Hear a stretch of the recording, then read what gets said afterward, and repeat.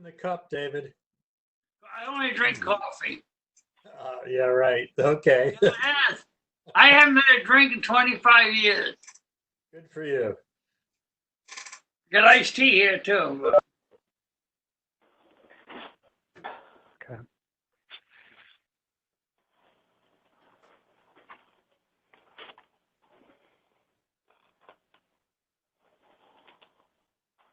What are we waiting for? Gardner?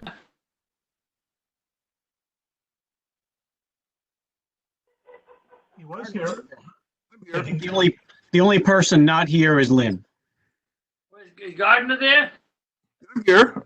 Yeah. Yeah, I didn't see you on the screen. Okay.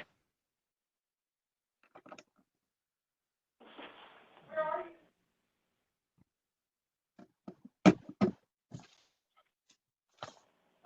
see these call-ins, Keith. Who they are? No, they're just people. They're just guests to the meeting. People don't have to identify themselves unless they're speaking at the public hearing. Okay.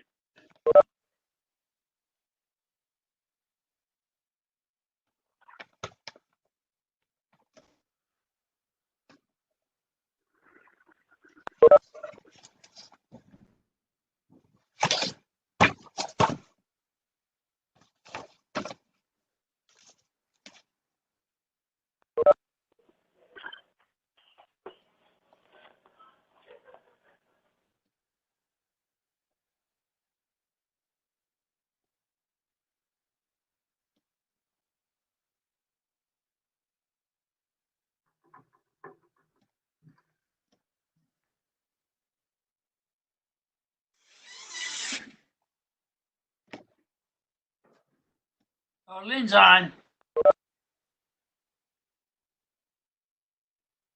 Hey, David, can you hear me okay? I can't see you. You cannot see me? Now we can. Now we can. Whatever you. Yeah. Can you hear me? Yes. Okay. Lynn. Yes. We're going to do the minutes and then the public hearing and then do administrative reviews. Okay, that's fine.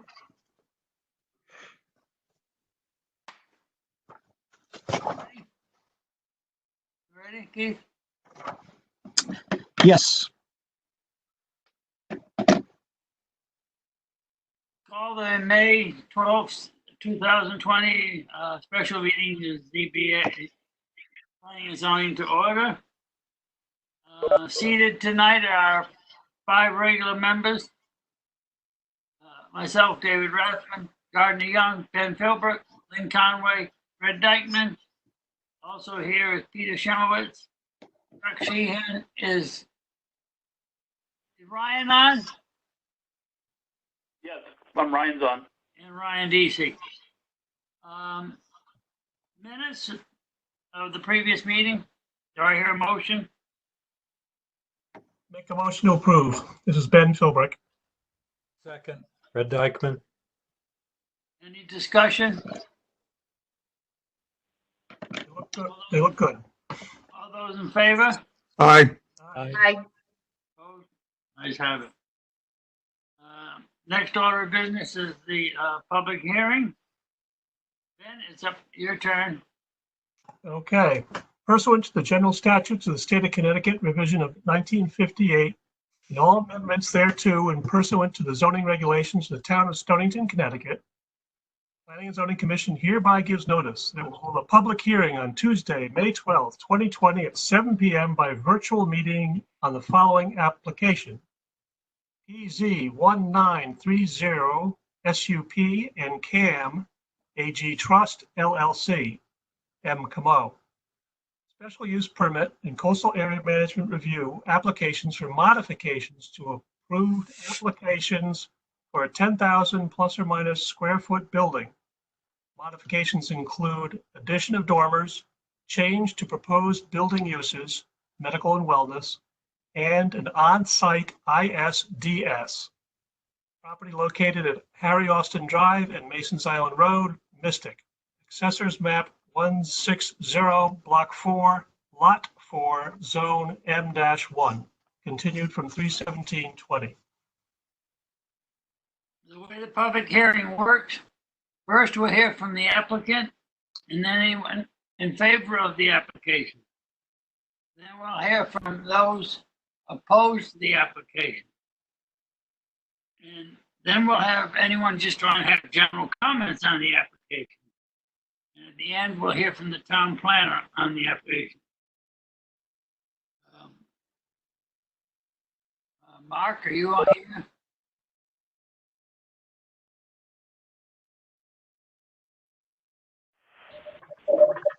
There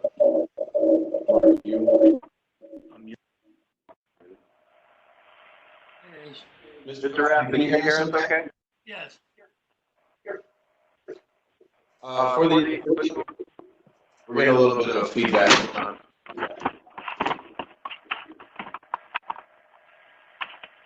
We may want to go through a different. For those on the phone, you may want to mute your mics while other people are talking. That background noise.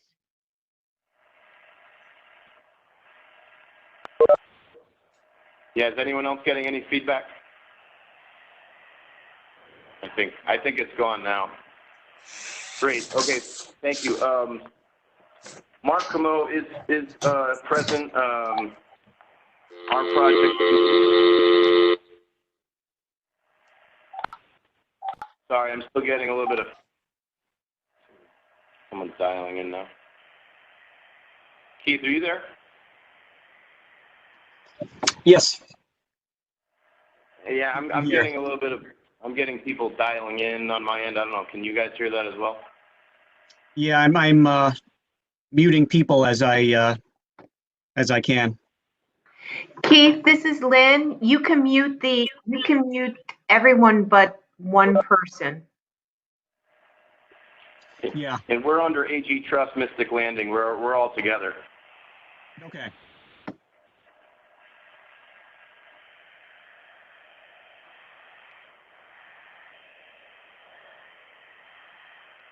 I think we might be okay now.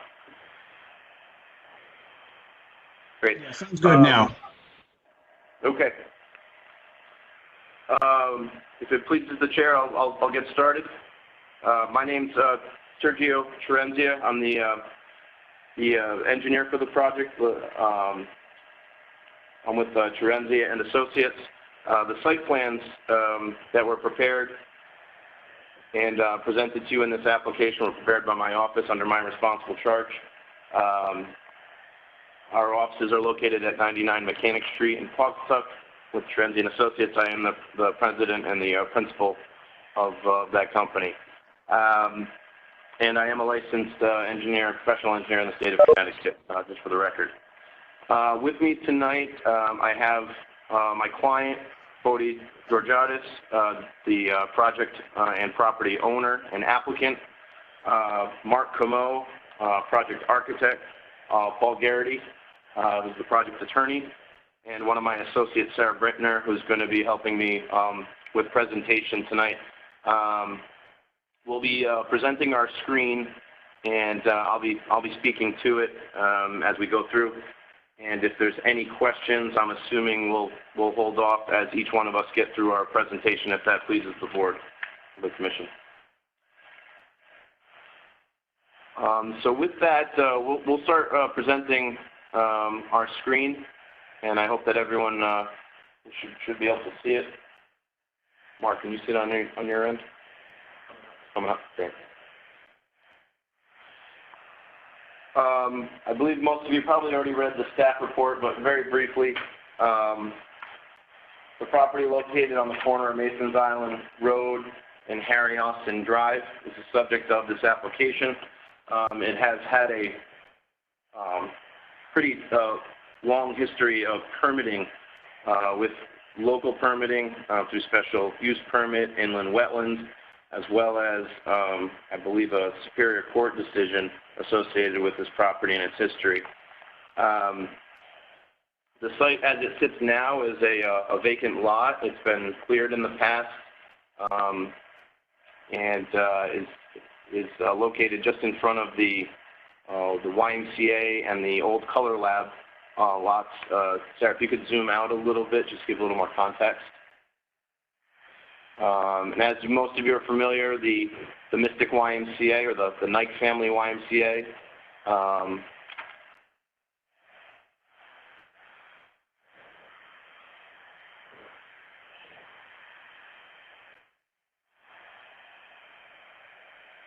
that's okay. We can just leave it there if you can. There we go. The Mystic, sorry about that. The Mystic YMCA to the east, and the Color Lab property, subject to another application that's been and permit that's been before you, and the Passbury residential development. The site as it is now, it's as I mentioned, is a cleared lot. Currently, everything grades in the direction of Harry Austin Drive towards Mason's Island Road, and Harry Austin Drive is caught in an existing drainage system and discharges across Harry Austin Drive. Sarah, can you zoom in a little bit more in that area? Into a wetland complex just south of those, pretty much where the tennis courts are in the parking lot area. The site's located in a Zone X, which is an area of minimal flooding. There are wetlands located, as I mentioned, to the south and southwest of Harry Austin Drive. I will note that we did obtain an inland wetlands permit prior to coming to the commission here, and we're in front of you this evening for a coastal area management approval, as well as an update to our special use permit. I figured that it would be best to start with the history of what was previously approved to give you a little context into what we're proposing. So I would like to start with the approved plan. This is not our proposed plan. This is the one that was previously approved. And there are some things that staff has brought up which we have addressed. We've gone through a lengthy comment period, that was extended because of COVID-19, and we're here tonight we can go over some of the improvements that we've made. The first thing I'll point out is that in the northeastern portion of the property, as Sarah zooms in there, you'll note that there is a retaining wall that was required and approved. And you can see top of wall was at 17.5, bottom of wall was at elevation 10, identifying that there was a 7.5-foot wall at its highest along that property line that was previously approved. The other thing I'll point out is that there's a drainage discharge in the corner of the property that directly directs discharge, stormwater discharge, albeit it'd be overflow from the drainage system, onto the adjacent parcel. Sarah, if you'll zoom back out. A few other things I want to note about this plan is that you see there's a lot of drainage, underground drainage in different areas. All the rectangular and square areas, those are all underground drainage features. It's important to note that because when we move to our proposed plan, you will see that we've consolidated and I think have made significant improvements on the stormwater management for the site. Furthermore, in front of the building, there was some low points where the previous plan was catching, you can see CB4 and CB5. Those are areas that they were catching stormwater in front of the building, which was not an ideal place to be consolidating water right in front of a building. And just something to note on that. And then if you go to the left side, there's another catch basin existing that we were utilizing for an overflow, but also was catching some of the stormwater coming off of the site, which included some of the paved area in that vicinity that was not reaching any of the treatment areas and for the water quality and the water quantity. So I wanted to start with this plan and also point out that the grading on this plan was was a little erratic. There's a lot of steep areas, upwards of 8% along here, and I think the impetus of that was they were trying to meet the grade at Masons Island Road. As many of you know, that's much higher, or relatively higher than the site itself. The site kind of grades down as you go along Harry Austin Drive, which was a lot of the challenge in making the grading on this site work. All of this stuff likely would have been picked up at final plan review by the town engineer, but when we first looked at this project, we went back to the old plan and said, what are the things that we need to change and that can hopefully be improvements to the site? So with that, I wanted to bring you to the new building. Generally in the same location, but I'm going to walk you through some of the changes that we made, which we feel are improvements to the site for constructability and cost effectiveness, and just general overall just site improvements. Just for the record, the project is for the construction of a 4,250 square foot, 3-story structure. It's 4,250 square feet in footprint. The proposed building as now is a mix of medical clinic, office space, and general office space, with some common elements in foyer areas. What we have done on this site, generally the layout is the same. We're still coming in the same general area on Harry Austin Drive. The vehicles can come across the front of the building where there's parking available. There's also parking available to the northeast. The drive goes all the way around the building, and you can and it's all two-way traffic, with the exception of around the back, where where it's only one-way traffic.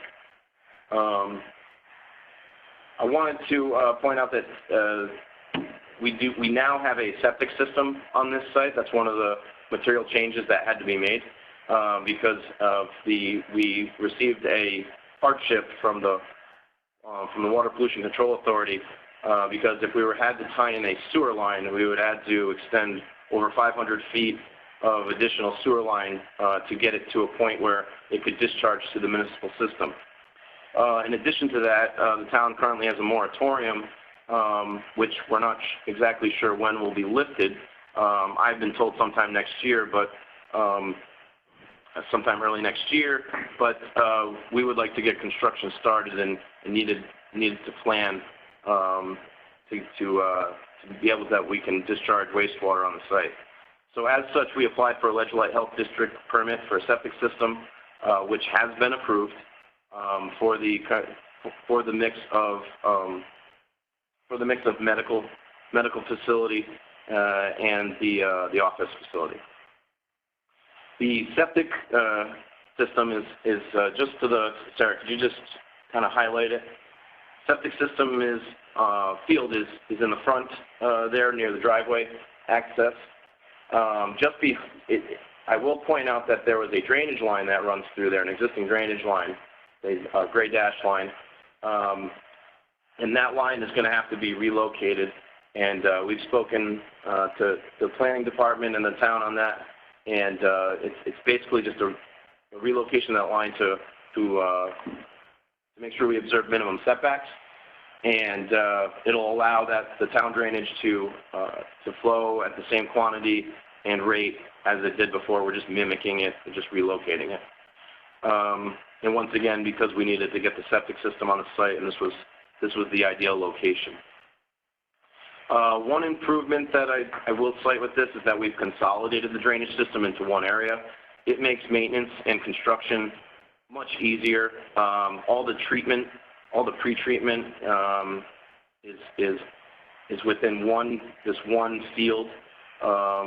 We have what are known as isolator rows that handle the heavy sediments that can be cleaned out into a manhole. And then all of the water quality, quantity, everything's treated in this one system from the entire site. We picked it up in catch basins, routed it to this system, and then it overflows no longer to the adjacent parcel. It overflows into a drainage line that then goes and discharges to the adjacent wetlands across Harry Austin Drive. And once again, this has been approved, and we've gone to a meeting for the town with the Inland Wetlands Commission, and this has been reviewed and approved by the reviewing engineer and the Wetlands Commission. The next thing I wanted to highlight is that I identified that there were some walls that were required on the previous plan. Some of the grading, I think, on that previous plan also would have necessitated walls. So what we have done, and we're fully aware of the town's interpretation or staff interpretation on the use of walls within setbacks. What we have done to give the best presentation that we can is along the northwest and northeast property lines adjacent to the Color Lab property. We have kept all of those walls to a maximum of 3 feet, which fall under the ornamental retaining wall criteria, which your staff has interpreted as being allowed to be within a setback. So we've also been working with the property owners adjacent to us to make sure that we can keep that wall at 3 feet, and that wall is going to be attractive because it's going to be retaining our site, and that they're going to be looking at it with a decorative fence on top, which we've been working back and forth with their engineer and their owner's rep to make sure that we have a mutual agreement on what that wall is going to be, and what it's going to look like along with the decorative fence on top. So that was one of the things that staff brought up. They were concerned about that wall. One wall that we could not eliminate and allowed us to keep a 3-foot wall on the back and side is the wall along Mason's Island Road. And that wall, I think, at its tallest is around 7 feet. Although that it's in a setback, Mr. Garrity is going to go into some interpretation that may allow this commission to make a decision on this tonight and allow us to put this wall here. But one of the conditions of your previous approval was which was aptly brought up by your planner, Mr. Brines, is that we wanted to block any obtrusive vehicles and their headlights from the neighboring properties across the street. Sarah, could you bring up the GIS again, please? So you'll notice on the GIS there are some residences on the easterly side of Mason's Island Road, particularly the one that's right across, no, just north. Those folks right there. Our wall would be directly adjacent to that house. Now, if you could go back to the site plan, and Mark Moe is going to get into some renderings a little bit later in the presentation that'll further accentuate what I'm trying to explain. But basically, if you can visualize in your mind's eye that this wall is actually retaining Mason's Island Road, the site recesses behind that wall. Therefore, this wall is it's not going to be obtrusive to anyone's view. It actually is going to have the opposite effect, and it's going to block anyone's view from seeing parking, seeing the vehicles behind that wall, and to block any lights that may have shined across Mason's Island Road in one of the previous plans. So, albeit that there may be a technicality that we need to overcome this evening, we think that this is a superior design in actually protecting the neighbors and is not obtrusive to them. With that, I think I've hit the high points of my presentation, going over wastewater. We will have a water line, adequate water service to the property, drainage. We haven't received any further staff comment from any other departments, essentially because this has been an approved project in the past, and I think we're showing and putting our best foot forward that we'll be improving it.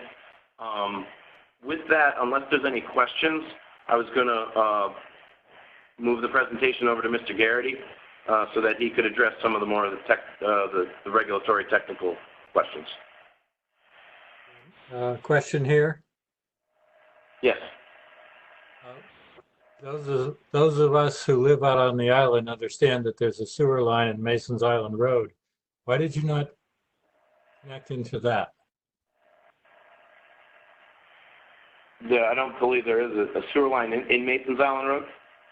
Yes, it runs out to the condominiums on the But that's, northeast end of the that's, island. that's a private line. We wouldn't be able to tie into that without someone else's permission. Owned by Buffalo.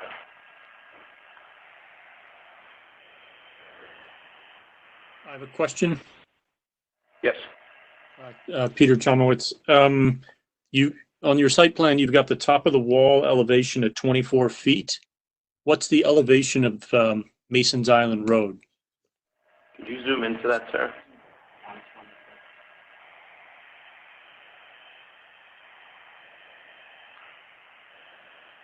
There's a catch basin out in Mason's Island Road. I believe the top of frame is about 24.2. I think the highest that road goes might be around 25, maybe 26. So in other words, the top of the wall is pretty much at the same level as the road. That is correct, yep. Okay, thank you. Hi, my name is Ben Philbrick. I have a question. So the septic system will be underneath the driveway? A portion of it, yes. Actually, I think, yeah, it'll be completely under the driveway, correct. Thank you. It'll be rated for the, it's a type of system that is rated for traffic and is allowed to be underneath the pavement. For fire trucks and, I mean, heavy weight, obviously? It's an H20 rated system, so yes, it can take heavy trucks as well. Thank you. Hello, this is Lynn Conway. I was wondering about this private sewer line. Did you pursue that at all as to whether you could hook up through that line? Yeah, this is Paul Garrity with the attorney. Yes, we did. We've had numerous discussions with the owners of the line and got absolutely nowhere with them. Because, frankly, from a cost perspective, it would have been a lot cheaper for my client to be able to tie into that, but they weren't willing to do that. Okay, thank you.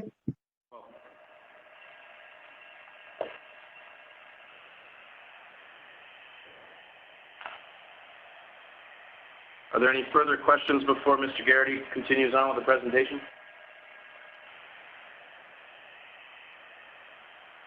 All right, hearing none, then I will begin. I essentially have only 4 points to raise, and primarily 2 of them are related, and that gets to the retaining wall. I understand staff's interpretation that anything over 3 feet is considered a structure and can't be in the setback.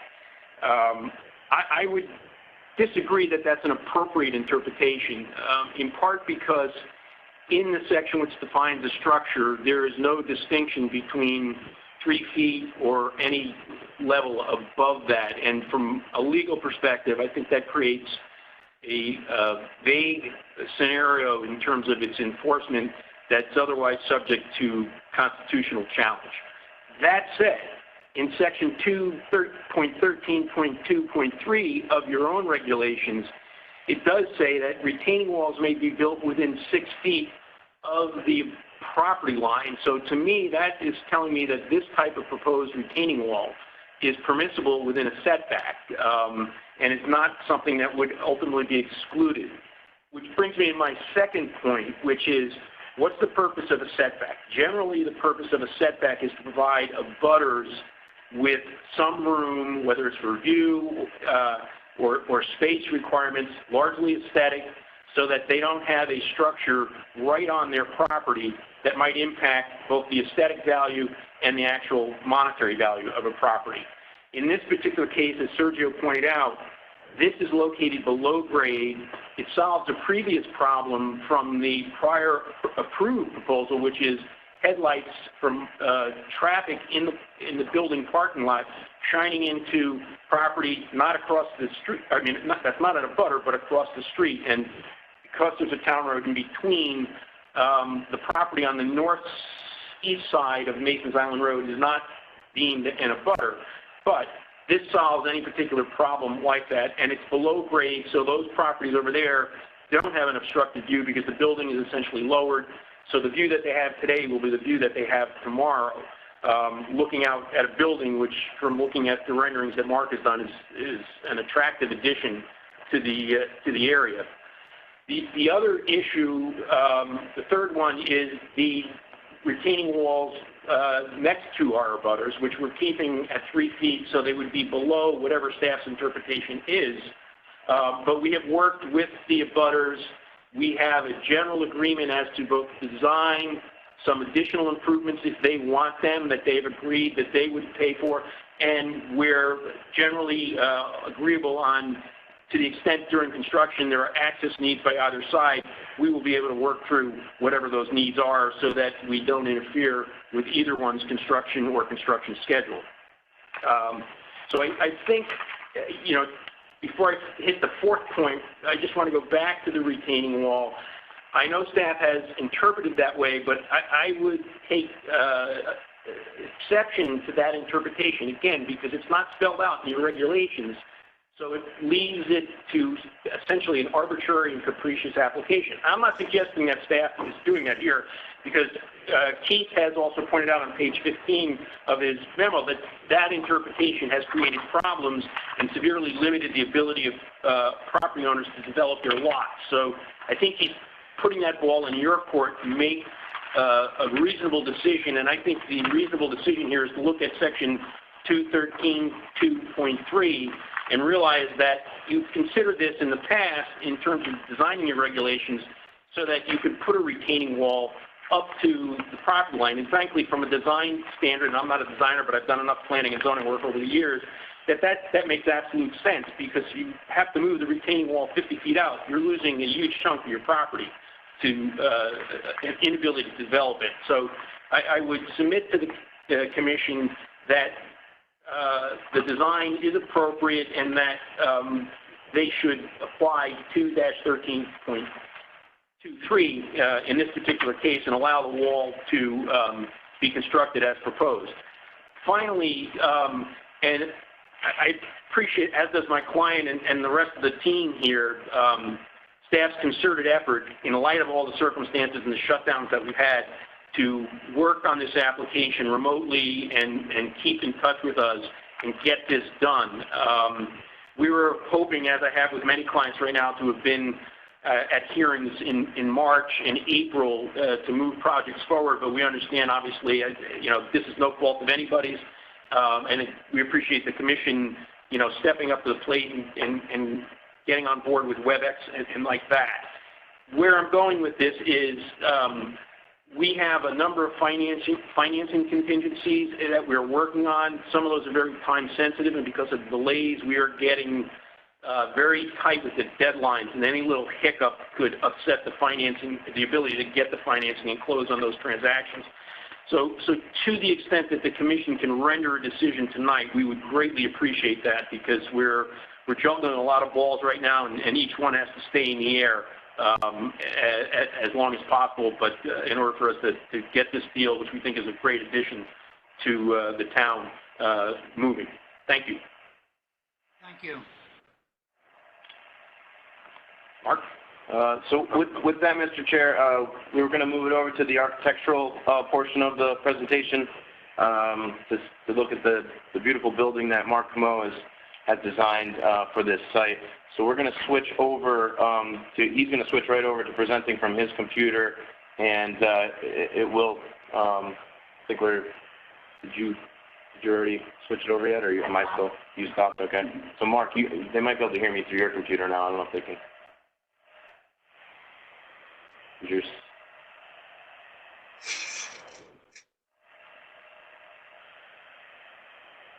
Keith, can you hear me? Give me a thumbs up.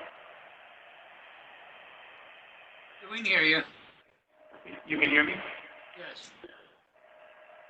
Okay. The feedback on mine. Yeah, because now we're going to get. Mute on that. You can mute on me.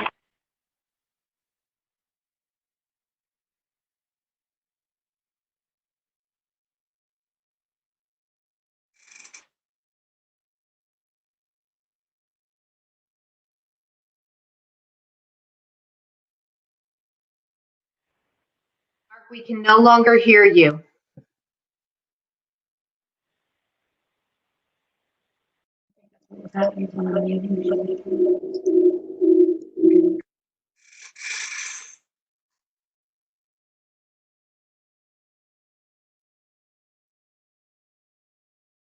It looks like his line is muted. Yeah, your mic is muted, Mark. There he goes. Now? Yeah, you're good now, I think. Okay. So to start off with, on the screen, you're looking at a, am I muted there? Is that me? No, That's just you. that's Okay. in your little picture. Okay. You're looking at a design concept that I did in 2008 when the then owner of this property approached me to design a building here. And as a matter of fact, there was a local dentist who was in some planning and zoning interesting proceedings going on, was looking for space. And so it was, from the start, it was planned to be a medical, a mixed-use medical office structure. And so I'll spend 45 seconds on this, but not to bore you. With this lot, it's interesting because in the planning ground setting book, Rural by Design by Randall Arendt, he cites Andrus Duaney in breaking urban zones spread out to the suburban zones into sectors. And this part of Mystic is called the T4, where it's a fringe zone between the urban core, Central Hall and Bravo Bravo, and the residential zone. And according to good planning, we should make buildings that lend themselves to harmonizing the differences in masses within the architecture. So this concept that you're looking at, I tried to employ a medium mass that had yet more residential characteristic in its articulation to it, to kind of respect the residential neighborhood and, in my opinion, put a better foot forward than the very contemporary facade of the YMCA in that zone. And I would point out that all along, the building has never maximized its FAR, and it has never maximized its height, which is something most clients demand of us. And it was really good to be working on a project where the architecture was actually allowed to sort of lead the way on that. This is from that book that I mentioned, where we talk about the T5 urban center, which is really town Mystic. And then you get past Big Y and you're out here, if you can see my cursor. And we're in the T4 zone right here, which is where planners and architects should think about the medium massing. The design that was approved in 2014, you can see it's very close to the original design. There's the original, and there's the approved design. We did have some enhancements to make to this, to the design with the new owner who wants to realize this project as the best it can be. This is the technical elevation of what the new design would look like. It's maintained most of its characteristics. There's undulation within the facade, some push and some pull, articulating gables to break down the mass. So it's a medium mass, but it's got residential scale to it, and that residential scale is supported by banding lines, residential style windows, and the cupola that you see is masking the code required elevator. This is the 3D rendering of what the structure would look like, and I want to point out this is taken from a vantage point of Mason's Island Road, and you can see how the red car, the gray car, and the whitish car are mostly masked because they would be on the other side of that retaining wall that Sergio was referring to, where we have an elevation drop there. And then the building articulates itself with a lot of movement on the facade, with the use of the portico and the roof articulation, as you can see. That color palette that you see is the one that was originally conceived by me in the concept you saw from 2008. And for color design purposes, this was another three-dimensional iteration of what the the building would look like from Masons Island Road. And that's the more technical color drawing that we're envisioning. So I'll keep it short, and I'll open up to your questions if you have any for me. Yeah, not the building, but I noticed that on landscaping, are you doing the landscaping? There were a lot more trees on the original plan. What happened? So, yeah, so to answer that question, we turned off the layer of most of the trees because they would have blocked the building. There is a vast landscape plan designed by our landscape architect, but we did shut many of them off because they masked what it was we were trying to get across with the rendering, if that makes sense.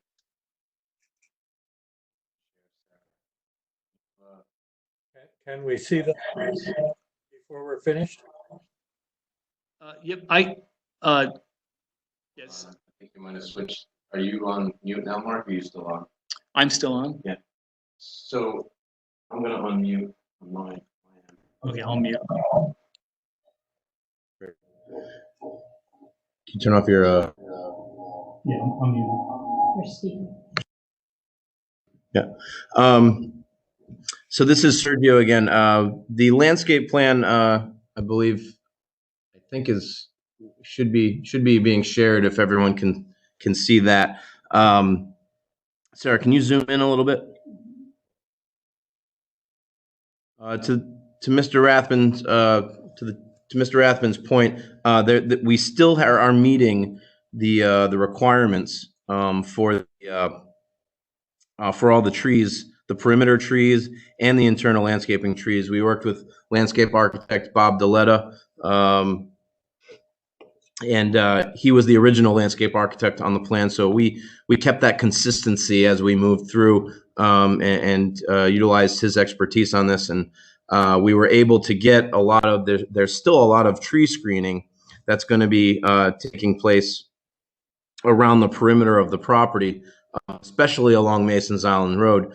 And the areas where the wall won't be blocking the lights, you can see that there's a lot of low shrubbery in this, I guess the south, that's the southern portion, yeah, near the entrance in that area. That's going to be pretty densely vegetated to stop any other penetrating headlights, and it will also screen any vehicles there.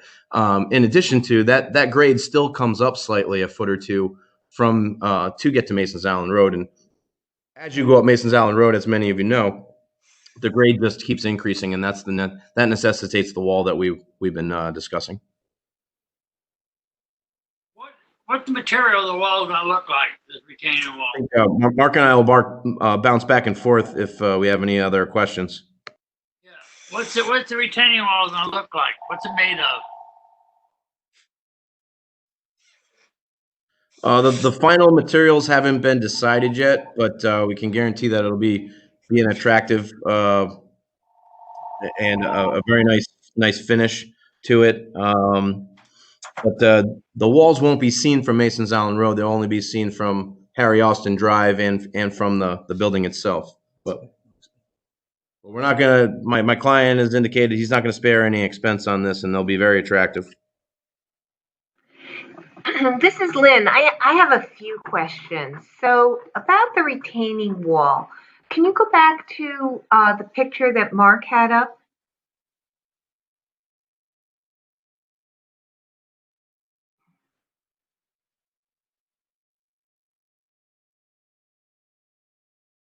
Thanks. So is there any kind of safety concern here that somebody could fall?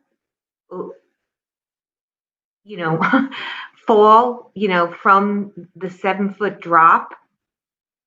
I'm saying that because, children ride their bikes, people jog, there's races going on in that area. Sometimes it's congested with, people cheering people on. I'm just not getting, I just wonder if that has been a consideration, whether somebody could inadvertently step off and, oh, I see. Okay, I didn't see that, Mark.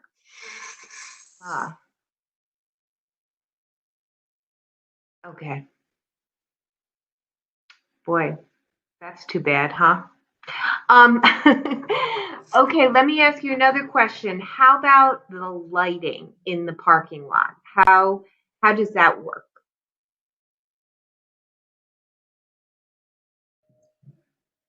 Yeah, this is Sergio again. We've done a full photometric plan. So we can actually, I think Sarah can bring up the lighting plan that was submitted in the package. Basically, I know this is a kind of a muddled drawing, but if Sarah's able to zoom into it, if it'll come up here. I think Mark, you're still sharing. Okay, I think it's switching over. Okay, so the drawing that's in front of you now, you can see there's a lot of little numbers, and the blue symbols are the different types of lighting that we have. You can see it's going to be relatively minimal. We got four light posts in the parking lot, and then the rest of the site is going to have building lights lights mounted to the building. So that being the case, all the light is full cutoff, dark sky compliant. You can see all the zeros and point ones along Masons Island Road and Harry Austin Drive, as well as the adjacent parcel. All the lighting is designed to shine only in the areas where they are required for safety and for security. So those lights will remain on as needed for just security purposes. I know that the town is very sensitive to having lights on overnight and extended periods of time. If necessary, they'll be put on photovoltaic timers or just go on periodically during the night just for safety. And but office is going to have very standard hours. For the most part, I don't anticipate that you're going to see these lights on, late into the night or early in the morning to disturb any of the neighbors. Plus, the lights will be limited just to the site itself. So Sergio, just to make sure that I'm interpreting this correctly, every time I see a 0, that means that there's no light from the various lighting, either coming from the building or the 4 lampposts in the parking lot. Is that correct? So the outer perimeter seems to say 0.0, 0.0. You see, like in the lower left-hand corner where it says something of Mystic. See how it's all zeros there? Does that mean there's no light shining from the parking lot or the building? What do the zeros mean, Sergio? So the zeros mean that there's essentially no light shed going into those areas. But I will point out, which is not apparent from this drawing, but is on our other, that Harry Austin Drive does have its own streetlights. Is it on there? Yes. I'm sorry, it is on there. Yeah, down at you got to point at it on the computer, Sarah. But there's a light pole at the corner of Harry Austin Drive and Masons Island, and those continue down through the YMCA, and so there is lighting to keep that road safe. We're just going to be lighting the site to keep the parking lot and the building safe. Okay, so let me just pursue this a little bit longer if I could. From Masons Island Road, will the light posts be seen? The top of the light posts? How tall are the light posts?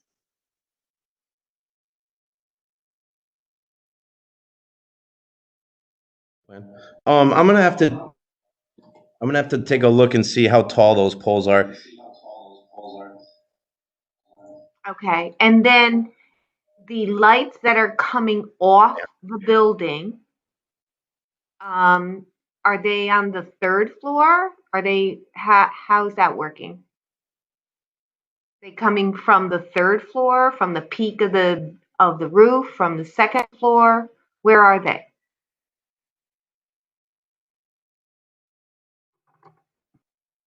Okay, I'm back in, and I'm going to try to get back to where I was.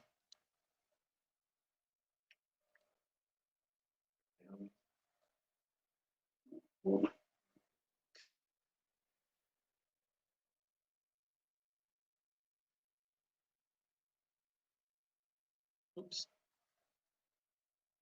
I was just up. You're up. I'm up? I can see over here. Oh, okay. So you can see on the columns that support the portico, there's a light. I don't know if you can see my cursor. There's a light right here. There's a light right here. There's a light right here. It's all low-level lighting. There are no upper-level lights on the building. Okay, thanks, Mark. That answered my question. Okay, you're welcome. Could you just let me know that So they're I have closed? another question. The balconies on the right-hand side of the building, as you know, as I'm looking at it on the side. Yeah, if you could put the next picture up right there. What's going on that third floor? Is there some kind of railing or something that cannot be seen? What's going on there? Yeah, there's a railing up. Yes, and you've noticed. Let me go back to our other ones here. That railing in the modeling be up here. Ah, okay. Okay, so it's not as if it's two balconies or something like that. Okay. Correct. All right. Yep. And I'm really hoping that fence is not white as it looks like it is in the picture, Mark. I'm hoping you We can think do better than black that. would be better. Yeah, we think if it's black, it'll Yeah, just invisible. die away. Yep. Yeah. Okay, thank you.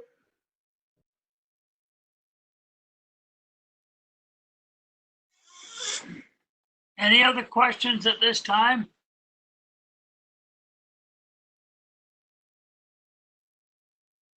Well, thank you, Mark. You're welcome. I'll stop sharing now. Yeah, stop here and we'll see.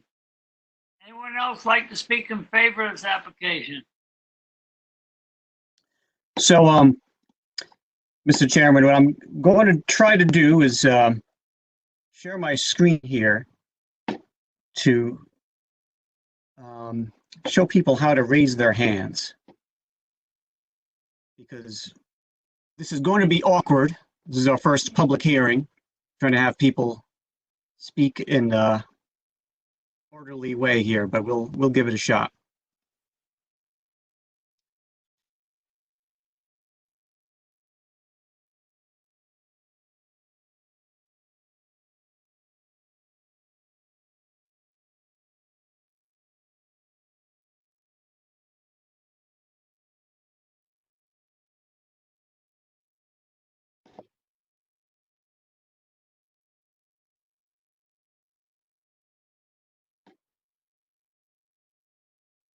So bear with me for a second.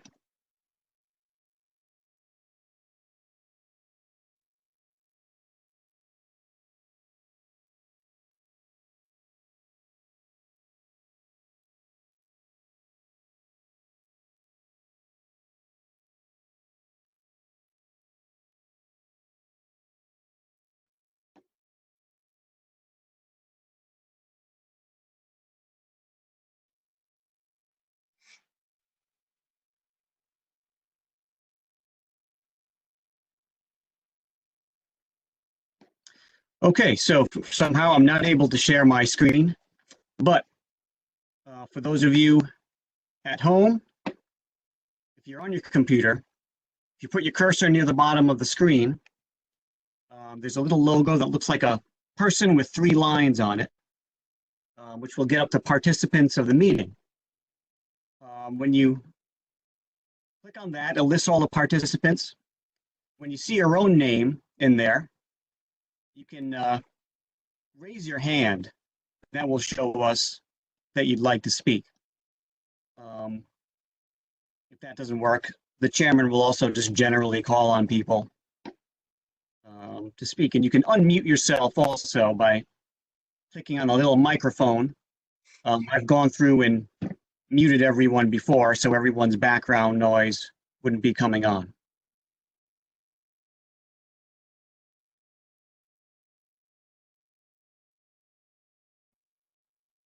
Keith, would it make sense just to call on people in order? Ask if they want to speak? Do we have anyone who'd like to speak? Yes, my name is Mark Ginsberg. I'm a resident of Stonington, 108 Montauk Avenue in Stonington. And I'm also a member of the board of the YMCA. And we are very, very proud, as we think the community is, of the YMCA project. And we're particularly pleased that the property is going to be developed so tastefully. We're also appreciative of the effort that has been taken to address drainage and runoff, as some of the water does run across Harry Austin onto our property, and we think that it's been professionally and ably dealt with. The Y also has an interest in this project, as it holds an easement on the property for a sign, which we think is very attractive and very important to the Y. And very important to the Y as well is, as the property gets developed, is that signage remains, and it appears from the renderings and the plans that care has been taken to protect and preserve our signage, which we find very, very helpful. But all in all, we think it will be a great addition to the neighborhood. And despite Mark Camone's concern about the contemporary appearance of the Y, think that they blend well. So thank you. Thank you, Mark.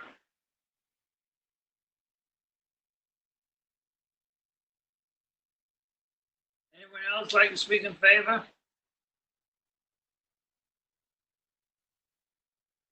Hearing none. Anyone like to speak in opposition?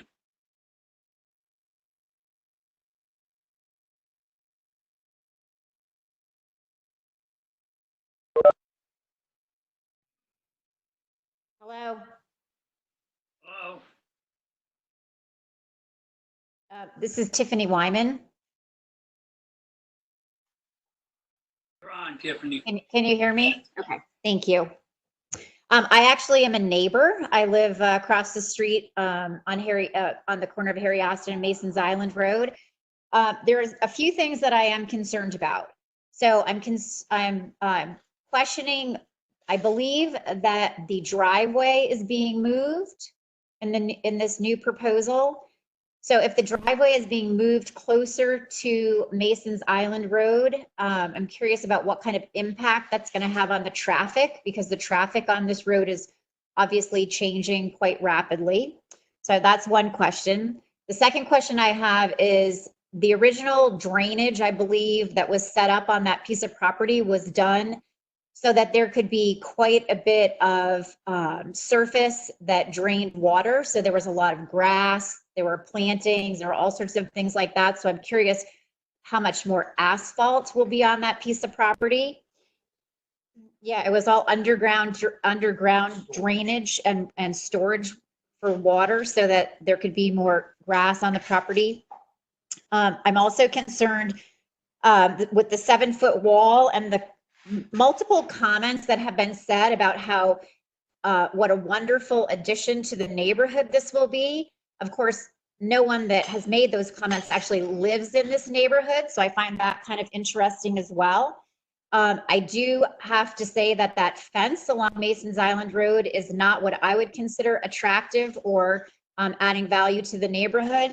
And I don't know how you can determine how beautiful products are going to be when they haven't been selected yet. So whether these retaining walls are going to be just concrete blocks or whatever kind of structures they are.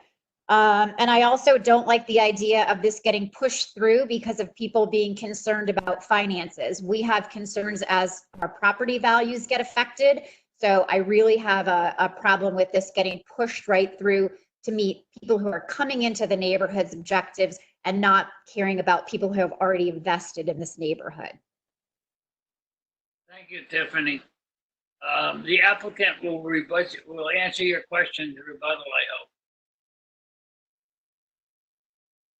Anyone else like to speak in opposition?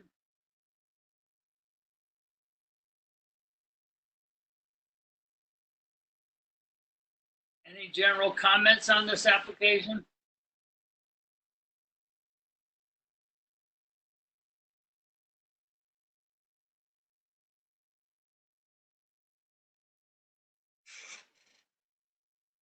Hearing none.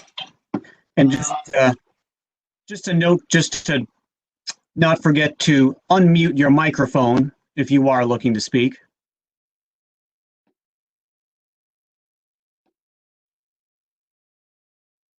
Does anyone else like to speak on this application?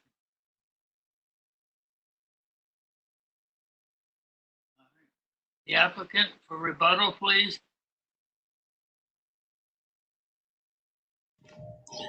Martin.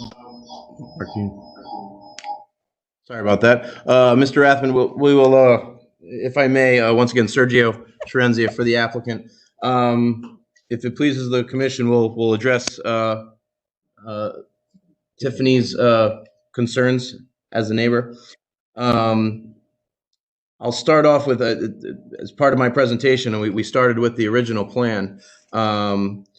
One of the things that she was concerned with was drainage. I think I made it relatively clear, maybe not, that the previous plan had all underground drainage, and we are mimicking that to the fullest extent. We've actually, I believe, have the same amount of impervious area as the previous site had, and it's actually less. We've increased some of the buffer along the backside of the property in working with the color lab, the people that own the color lab. Something that we worked together to make sure we could get a little bit more green space there, pulled that curbing back and that pavement back to minimize it. And we also did that along the front, and I think the landscaping, I know we flashed it up a little bit earlier, can show that again. My client has spared no expense in making sure that it's landscaped properly, and will do so with respect to any fences and walls that are put on this site. They'll be attractive and have really nice finishes. And actually, the wall can't be seen from the adjacent property unless you go down Harry Austin Drive and view it from the YMCA side or the Color Lab side.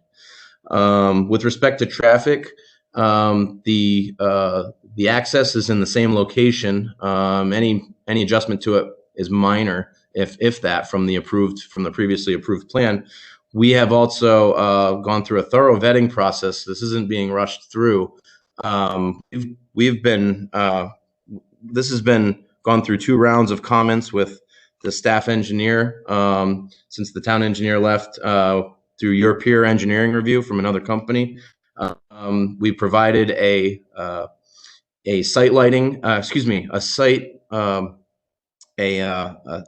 distance for the traffic, so that people coming out of this driveway have the appropriate sighting distance so that they can see the oncoming traffic. This building is not going to create any more traffic than the previously approved plan. We've thoroughly gone through traffic evaluation, and it's no more intense than the previous proposal. So with that, I think we've accommodated additional green space. Like I said, we're going to have an attractive project with fences and walls, and we've more than accommodated the drainage. I think we've made a significant improvement to make sure that we do have the appropriate amount of green space on this site, especially along Mason's Island Road, because that is we were really focused on making sure that area remained an attractive and nicely landscaped looking area, along with the YMCA wall. To Mr. Ginsburg's concern, that signage is still going to stay there and still have a green space, same as it always had as you approach from Mason's Island Road into Harry Austin. So I believe that unless any of my colleagues here have any other response to that, I think that covers most of the concerns. Thank you, Sergio. Sergio, this is Lynn. Lynn Conway, can I ask you a couple of follow-up questions along the same line as the comments from Tiffany? Can you just specify the width of the green space on top of the wall on Mason's Island Road? Are we talking 3 feet, 4 feet between, the fence and the sidewalk? Just to it's hard to see on the screen, and I'd like Tiffany, to know how much space that is going to be green as you go down Mason's Island Road. But how wide is that strip of green?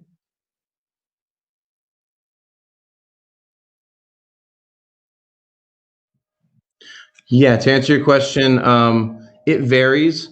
With the sidewalk, you're probably looking at close to 15 feet in some areas, and and it'll go down to probably about 10 feet. Might have to get some exact measurements, but you're looking in that range. I think behind the sidewalk, we have anywhere from 5 to 10 feet of green space, which is what was required to get the trees and the shrubbery that we needed along the sidewalk in that area. And the rendering doesn't really do it justice, as Mark Camo pointed out. We took a lot of that greenery off of there because it's going to be blocking the view more or less to the building once it's all in full bloom and full leaf out, and those trees mature. So the fence will be there for safety. It'll be decorative, but also there's going to be a significant amount of shrubbery and trees in that area to meet the local zoning code, which is going to make that a very attractive entrance into Mason's Island Road. Yeah, okay, so it's 5 to 10 feet of some type of greenery. Okay, that's what I was looking for, just to put some perspective around it, Sergio.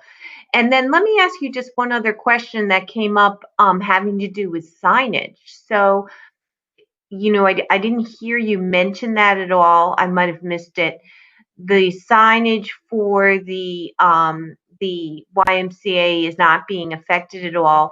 Is there some kind of signage for this particular building that is not on the building itself anywhere?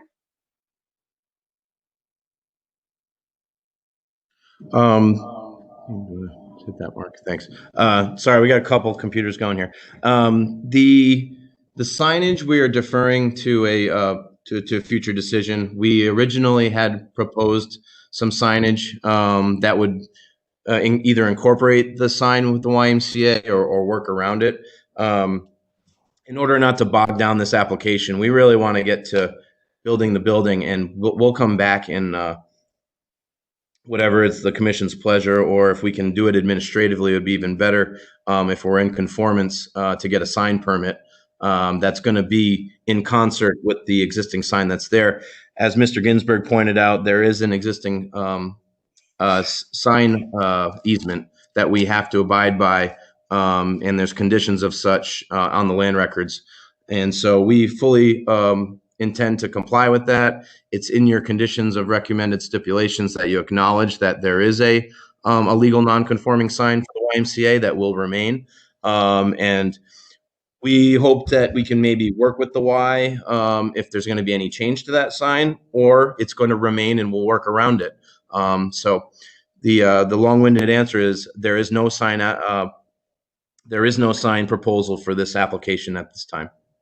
Okay, great, thank you. And then one final question, and again, this is just to give more information to to the public.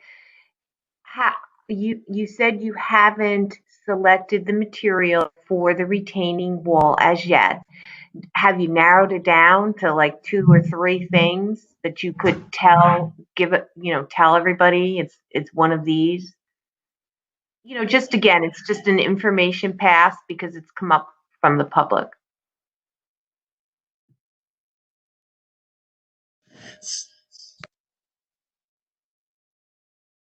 Yes, we've worked with our clients, and just for the benefit of the commission and the public, that's a fair question. It'll be some kind of stone veneer. We're not going to use a typical. I don't know if you're familiar with an Allen block or a Versalock wall. I brought those up to my client, and he was adamant that would not be the type of material he'd be using. It's going to look very natural. It's going to be some kind of natural-looking stone veneer, not something that you're going to see like at a Walmart parking lot. Yeah, if you want to, or at the new housing development on Route 1. On his screen.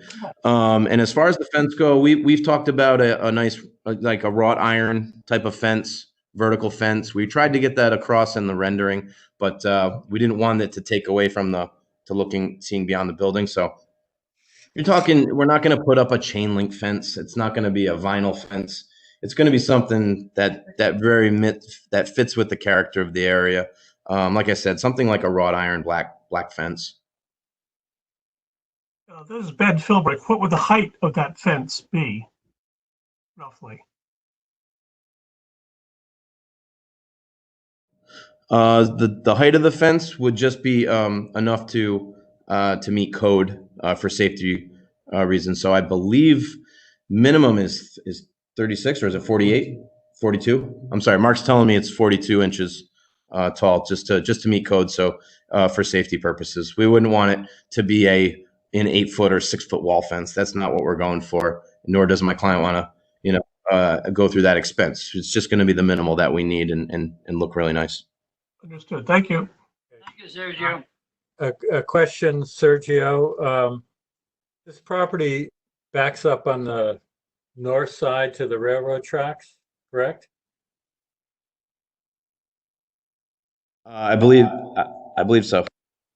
Okay. And then how far down Mason's Island Road will this fence run? It doesn't go all the way to the corner of Harry Austin. Shouldn't need to, I wouldn't think. I'm sorry, could you just repeat that one time? I'm questioning how far down the Mason's Island Road will that fence run? You get down to grade maybe halfway through the property there. It doesn't have to run all the way to the corner of Harry Austin. No, the fence is only going to be on top of the wall to the extent where there's a fall that we need to mitigate the fall protection. Okay, thank you. Keith?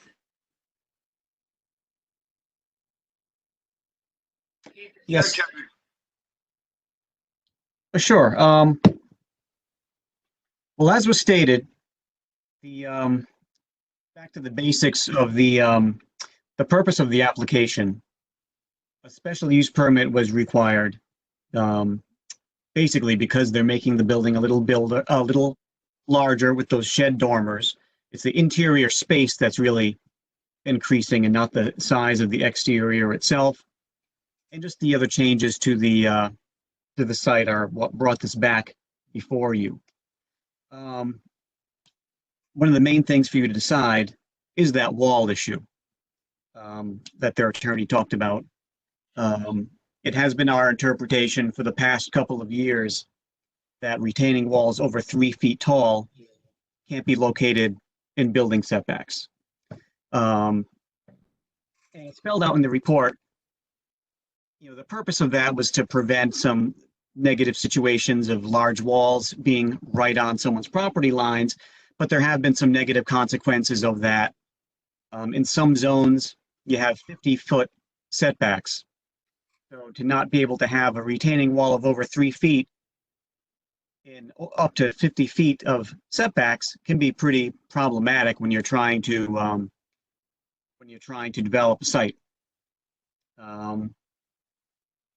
So to stray from that would just need your input. And if you say no to that, and if you say that a retaining wall of over 3 feet can't be in the setback, it would force some major modifications to their plan here. Another thing we're looking for your interpretation on is where their loading zone is located. If you notice on their plan, the loading zone is leaves only a 12-foot drive aisle next to those spaces to the right of the building.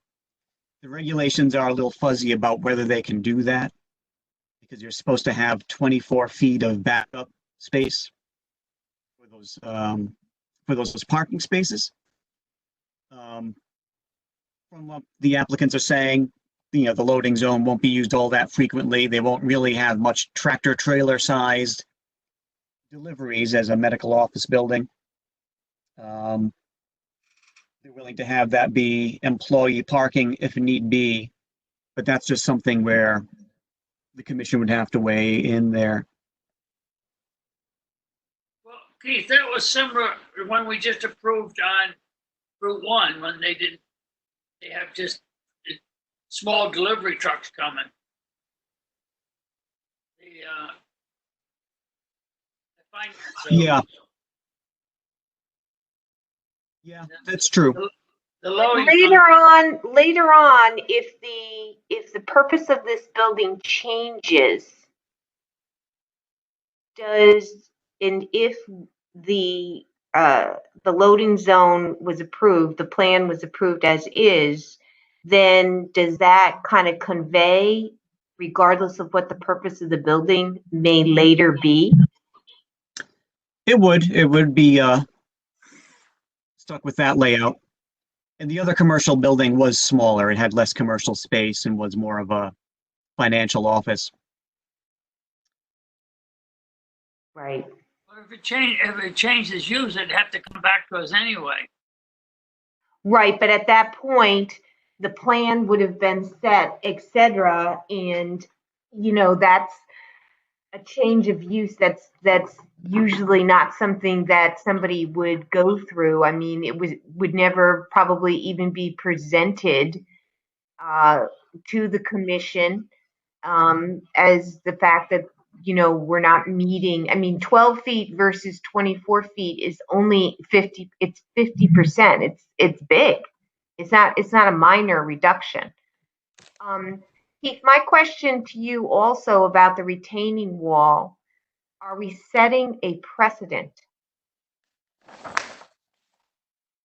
I think it would, especially because, we sort of took this interpretation upon ourselves to not allow the 3-foot walls within setbacks. So what the commission thinks does take precedence here. Now, we could have a regulation amendment in the future to clarify what we want out of retaining walls, but that would take time. And have we asked our town attorney as to what their interpretation is of our regulations? No, we haven't asked them about it.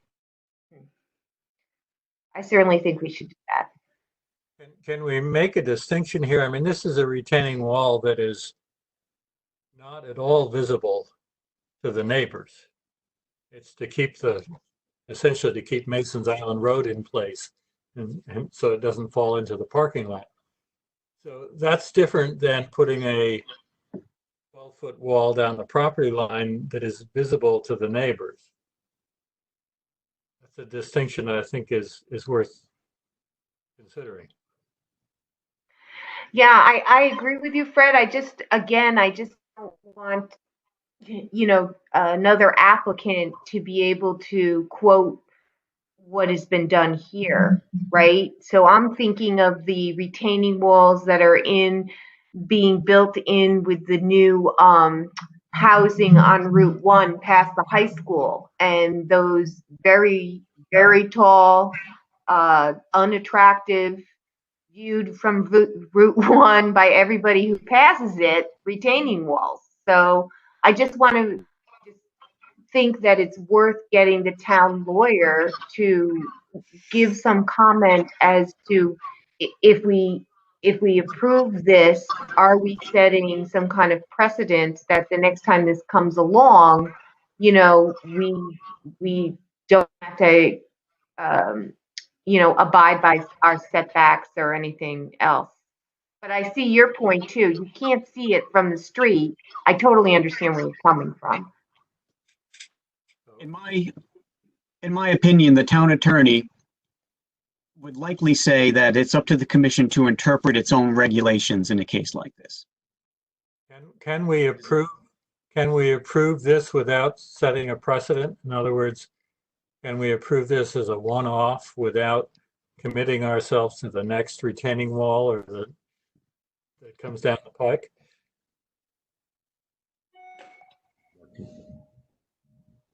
Well, I don't know how much we can, because every situation is different. I think we might have to consider putting in a regulation amendment to say what we want in the regulations.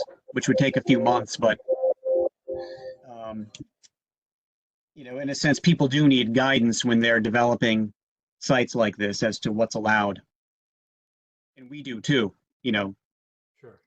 we could spend a whole night as to what we do want out of retaining walls and our regulations. Keith, this is Chuck Sheehan. Can I ask you a question about where the interpretation ever came from that the staff did rely on? I mean, where in the regulations is the staff relying on that we have any purview over retaining walls and setbacks? Is it some definition of structure? That's where did that ever come from? Because the applicant in there, I'm sorry for rambling on here, and I'm not trying to walk over you talking, but the applicant presented some language that seemed fairly clear that this is at least ambiguous. That they talk about retaining walls being allowed in certain cases within the setback in other areas of the regulation. So what was the staff relying on when they said that retaining walls weren't allowed within the setbacks? where we got that from is the definitions in zoning of structure and required yard. That's where it often comes down to with what's allowed in a setback. So they have a bunch of exemptions in there for things that can be allowed in a setback. One of them is ornamental retaining walls. Of course, there's no definition of that.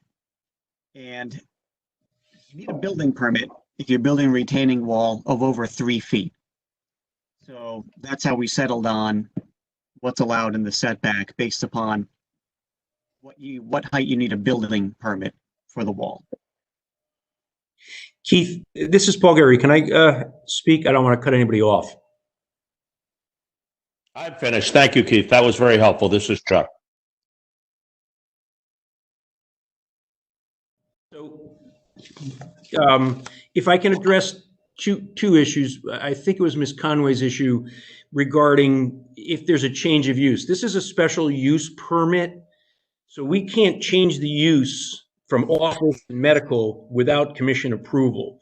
So that would be the commission's hook or control over the issue of the loading facility. Secondly, getting back to the retaining wall, as I read the section I quoted earlier, which is section 12, that allows us to build it up to within 6 inches of our property line. And one of the differences, I think. Is there someone that's not muted? Let's see. That's when you get the feedback. Yeah. I'll mute a few commission members here. Thank you. All right. All set? Yes. All right. What we're doing with this particular retaining wall is not holding back our property, but holding back the town's property, the town road, because the only way you could do it otherwise is to slope that out, which would then take up a substantial amount of our property. And I think the retaining wall that was being referred to earlier is one where it goes up to the public sidewalk, and it's holding back the owner's property as opposed to the situation we have here. But again, I would get back to looking at your own regulations and the interpretation of a structure.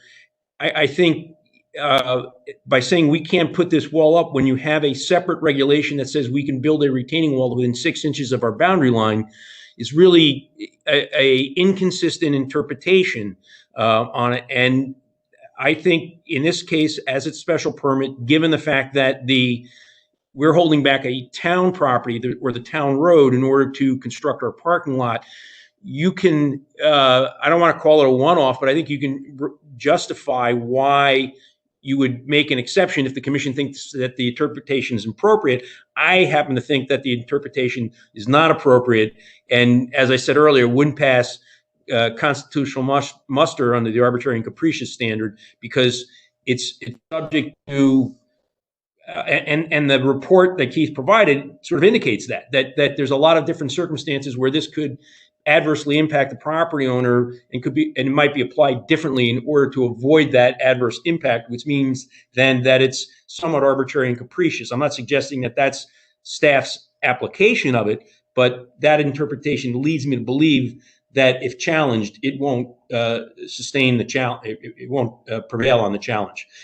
But again, getting back to that, I think when you look at this, we are different in terms of that, even in light of the interpretation, because we're holding back town property and not holding our property back off the town piece. So I think you can approve it, and I don't think that approving my interpretation of this in light of Section 2 is problematic.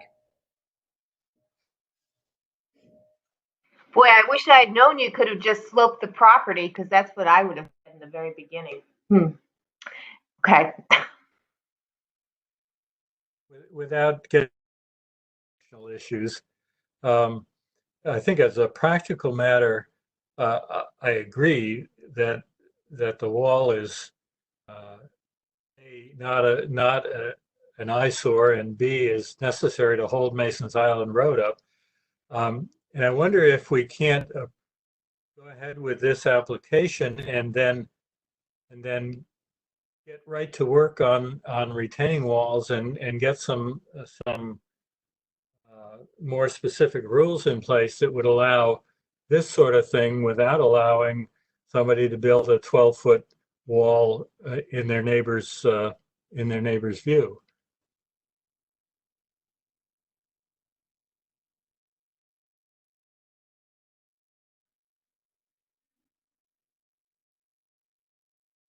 You know, I feel that this would be an example of where we would want to go to the town attorney for an opinion before the board made a decision. And that's totally acceptable for the commission to take that stance. I understand the applicant, wants to move forward. But I think it might be wiser to talk to the town attorney. I agree with you, Fred. Maybe the town attorney would say, yeah, but we really need to put some clarity around this. And, once again, that would give clout to focusing on it. But it's totally acceptable to go to the town attorney and ask these questions before we move forward with the application.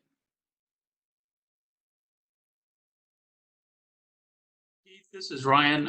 Just a question out of curiosity.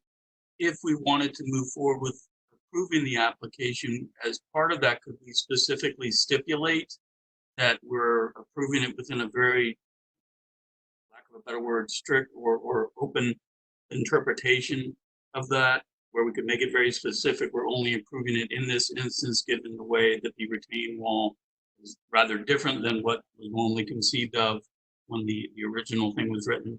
Does that make sense? We could have a stipulation in there that sort of clarifies the commission's intent.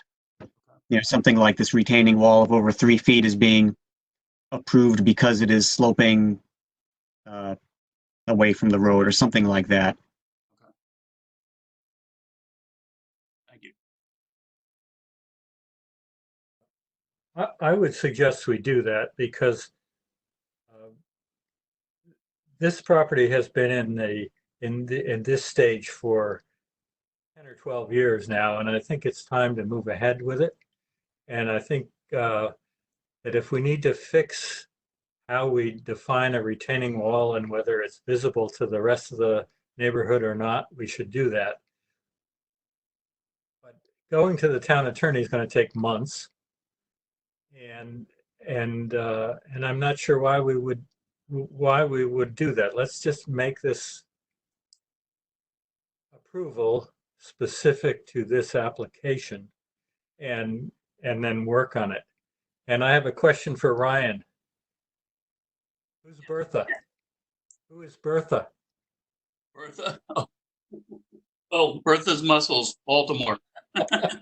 Okay.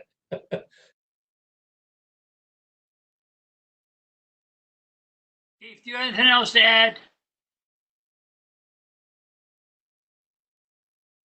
Keith, Yes. you have anything else to add, Keith? Oh, well, before the hearing's closed, I wanted to bring up the recommended stipulations of the approval that were on page 23 of the report. Particularly because once the hearing's closed, the applicants won't get to comment on them. There were 6 in there that were in the report that I probably won't read through all of them here. But we might want to add a number 7 that What retaining page? wall. What page? 23.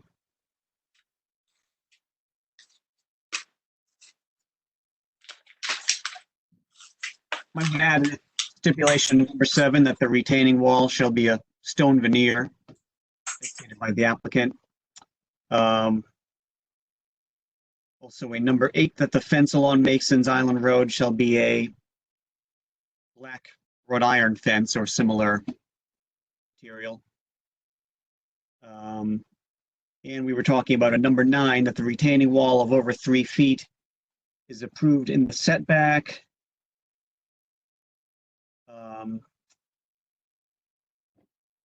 The rest of the words there, but basically because it's sloping away from Mason's Island Road. Can you just say that the retaining wall should not be visible to the neighbors? Will that do it?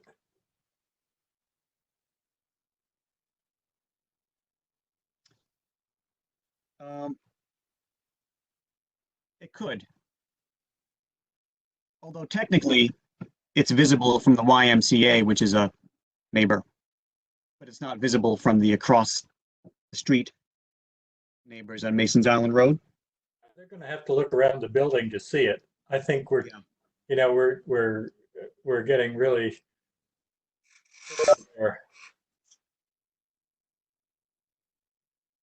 You know what Mr. Deasy was talking about was some sort of explanation of as to why this is approved. Something like the retaining wall of over 3 feet is approved in the building setback due to the fact that it's not visible from Mason's Island Road.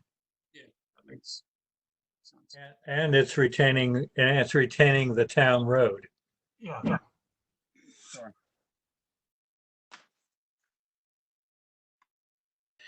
Excuse me, Mr. Chair or Keith, could I before you get done with your stipulations, could I just add a couple requests? Go right ahead, Ryan. This is Sergio for the applicant. Sorry. No worries. We're bouncing around here. So we just had a couple of clarifications that we wanted to make sure that were either added or included in the stipulations. One of which is that we are getting a special use permit for a combination of medical office and for professional offices. We would respectfully request that should the percentage of square footage change between the two types of offices, that could get an administrative approval. And so, for instance, if we went for a full medical office, as long as we meet all the criteria required for that, for the zoning, that could be administratively approved, and vice versa. If it'll give my client a little bit more flexibility with the economies of putting tenancy in this building. If that could be in consideration for a stipulation, would be appreciated. And also, just I would like to put in there, if possible, that we still have to go back to red light for a construction permit. So we would also request that there be a stipulation that the final septic plan be contingent upon red light approval.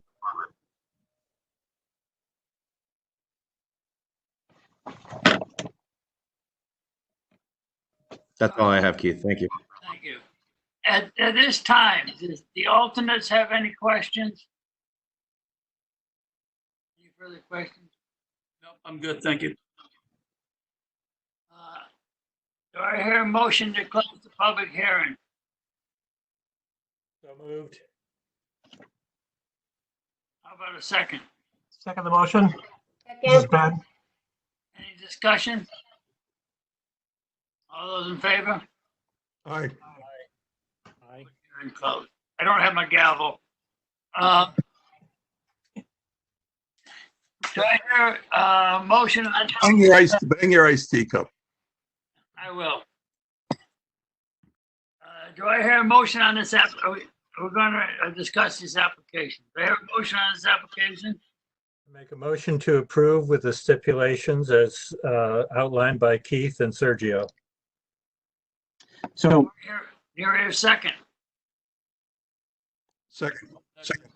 if I can back up here, we have a few things. There's the decision on the waivers requested, a decision on the coastal area management application, and a decision on the special use permit itself. There's 3 different decisions. Right.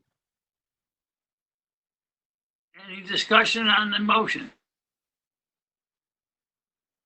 Which one are we It's voting on exactly? We're voting on the first one, then we'll go to the second one. so I'm not sure what the motion. Yeah. I'm not sure what the motion was made. To approve it with What the motion was it? stipulations. Okay.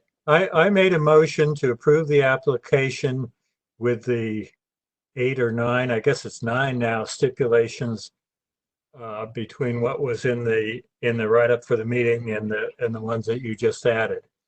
If we're going to go back to do a couple of other things in the meantime, we need to do that first, perhaps.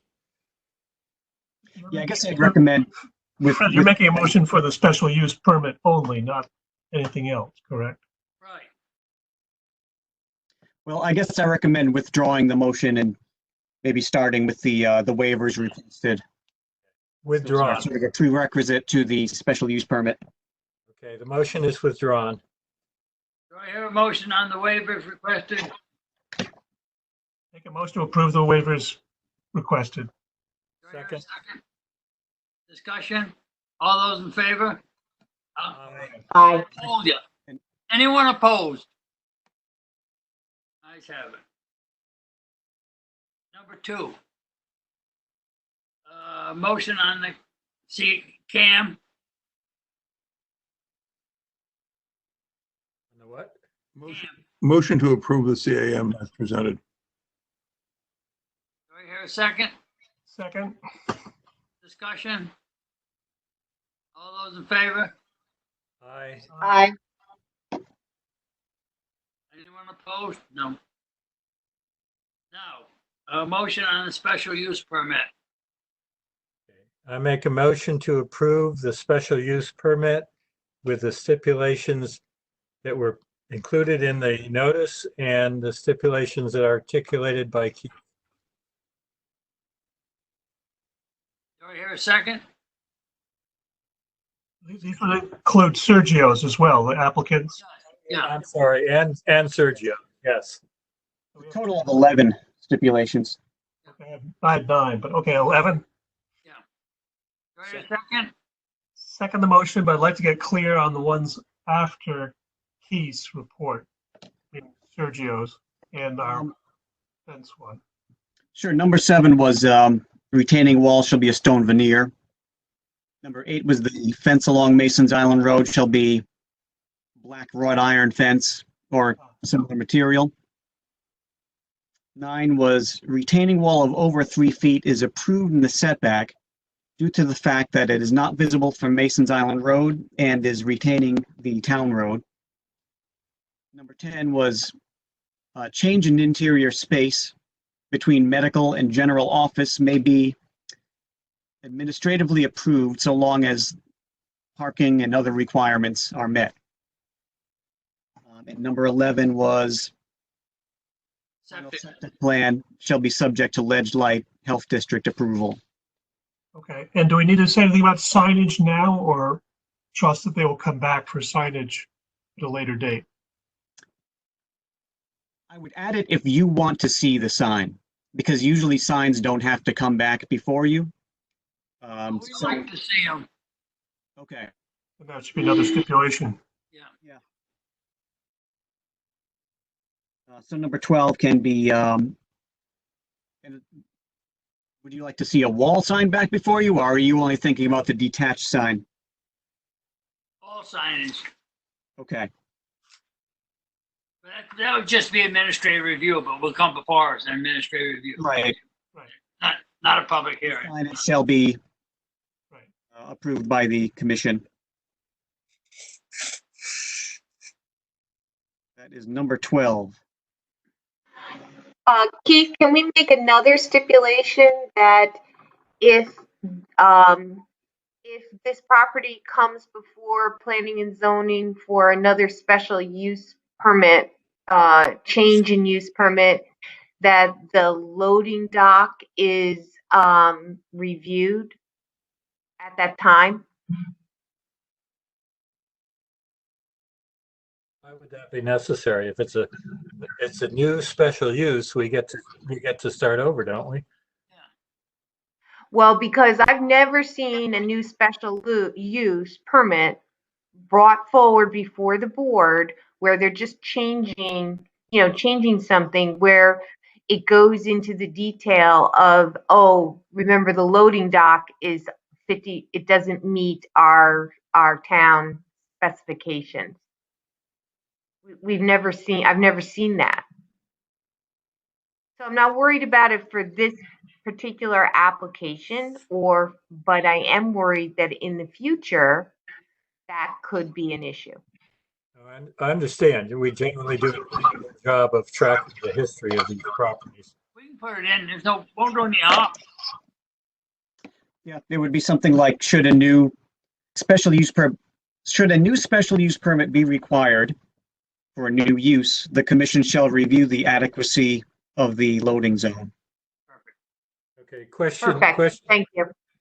Question though, Keith, is 12 years from now, who's going to remember? Is that going to be flagged in the record somehow?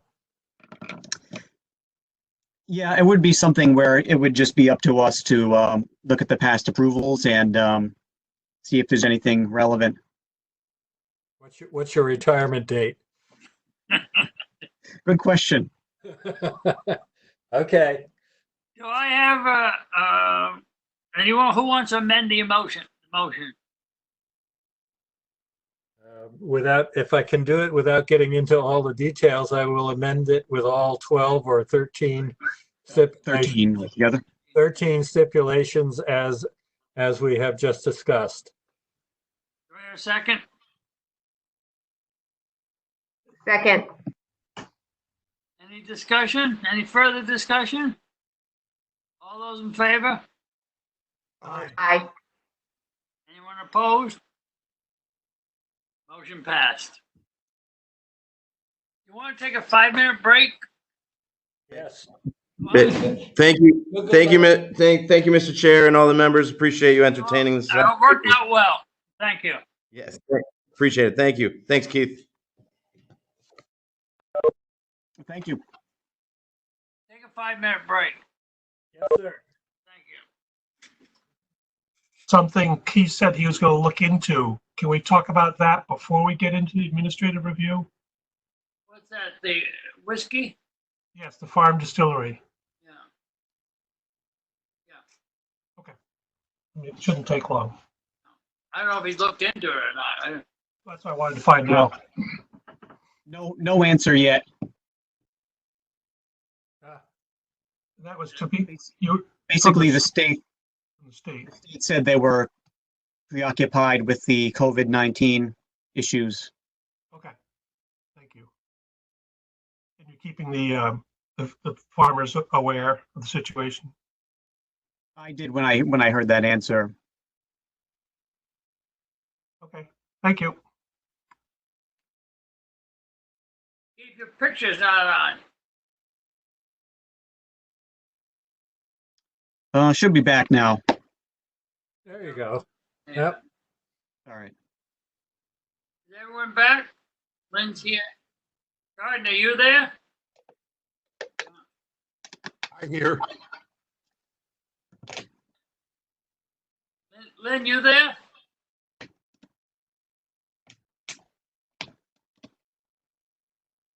I thought she was. Lynn?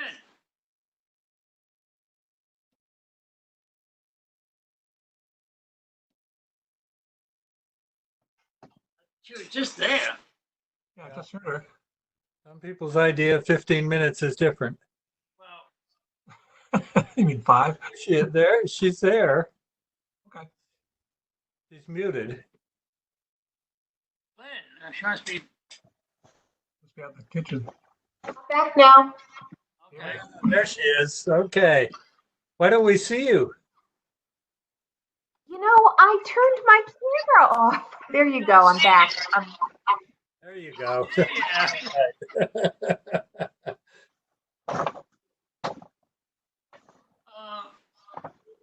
We'll go to administrative review now, Keith. Oh, I'm sorry, I couldn't hear that. Do administrative review. Sure. It's item 4A, the administrative review items. 4A1 is PZ 1927 SD, Odia Adams and Patrick Marshall. Request 90-day extension of to file the final plans for a previously approved subdivision. This was approved by the commission in December. State statutes say that these normally have to be recorded within 90 days, or they can get up to 2 90-day extensions from the commission. It often takes a lot of time to record these plans because of the requirements involved, like getting the Board of Selectmen to approve the open space. And of course, everything's been held up with the current pandemic. Is this the old Mystic one? Yeah. The old Mystic. Right. Now, since we put this on the agenda, it's not even really necessary because there's a new executive order from the governor's office that prevents land use approvals from expiring during all this. But it wouldn't hurt to vote on it anyway, just to give them that extension to file the Mylars. Make a motion to approve the 90-day extension, if not superseded by the states. Second. All those in favor? Aye. Aye. Opposed? Ayes have it. And item 2 is 20044 ZON, Lattisory Development, Coldwell Banker. Zoning permit application for change of use from financial to office and associated signs. 80 Stonington Road, Mystic, Assessor's Map 153, Block 3, Lot 1, Zone GC60. This is just a change of use from financial services to general office, which is Coldwell Banker Real Estate, in an existing commercial building. The signage is just to replace the existing. It conforms to all the bulk and use requirements and the parking requirements in the GC60 zone. Is this across from Big Y? Yes. Yeah, it is that building. Any discussion? I hear a motion. Make a motion to approve as read. Do I hear a second? Second. Discussion? All those in favor? Aye. Aye. Ayes have it. And item 3 is 2065 ZON Capalbo Stonington Realty LLC. Zoning permit application for a change of use from personal services to retail restaurant and associated sign. This is at 37 South Broad Street, Pawcatuck, Assessor's Map 14, Block 1, Lot 4, Zone GC60. Another change of use in an existing commercial building conforms to the GC60 bulk and use requirements and parking. The building official's comment said that the proposed floor plan might need some revisions for ADA compliance, but those can be addressed at the building permit level because we don't really enforce that. So just, recommend approval with the stipulation that proposed improvements shall conform to relevant ADA requirements. This Hey, is Keith, on this one, the link in the report. I talked to Gail about that, and she had to go in through her agenda. It worked much easier. Okay, because I didn't have that issue with any of the other links in the report, just that one link. Yeah, it worked Okay. Friday for her, and it didn't work for me Sunday. So she straightened it away Okay. yesterday. This is There in was something changed with that. this is the Poultry Shopping Center? Yes. Yes, it is. It is. It's just a juice, sort of like a juice bar going into what used to be the smoke shop there. Do I hear a motion on this application? I make a motion to approve the application. Do I hear a second? I will second the motion. All those in favor? Aye. Aye. Okay, Keith. So number 4 there is the commission consideration of a temporary policy regarding zoning enforcement and permitting during the COVID-19 pandemic.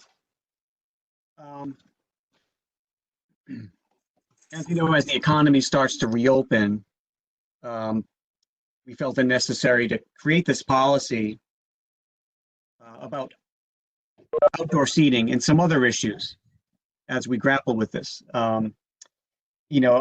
Our restaurants and other businesses have been through difficult times here, and as they're set to reopen, they're going to be continuing to struggle.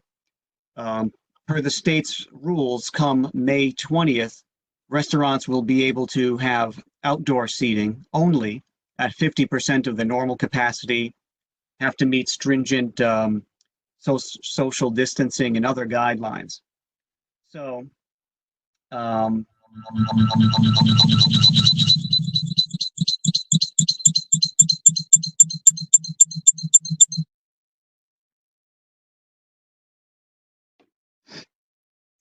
Carlene came on. some restaurants, choose to stay closed. Some might still do takeout early. But we came up with this policy in order to not have zoning be the impediment to the restaurants coming back. Because normally if a restaurant wants to have outdoor seating, they have to go back to the commission, get the modification of their approval.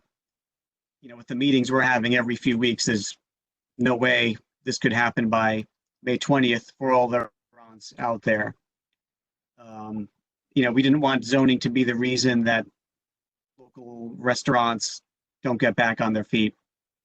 So basically, this policy formalizes our looking the other way with zoning, and so businesses can operate at their normal capacity and try to get going again. It would allow outdoor seating to be done without permits temporarily, or a trip to the commission. There's tons of restaurants in town, from big to small, fancy to casual, and to have all of those go before the commission to just try to have some outdoor seating would be impossible. So this policy addresses more than that too. There's 4 types of relief that it has for businesses. And keep in mind, this is a temporary policy.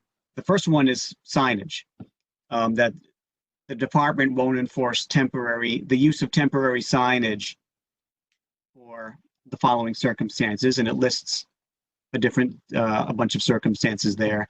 Basically, it allows banners, A-frame signs, as long as they don't cause certain problems that are spelled out here, like blocking visibility, blocking ADA access. Still doesn't allow the annoying type of signs like inflatables and flashing lights and things like that.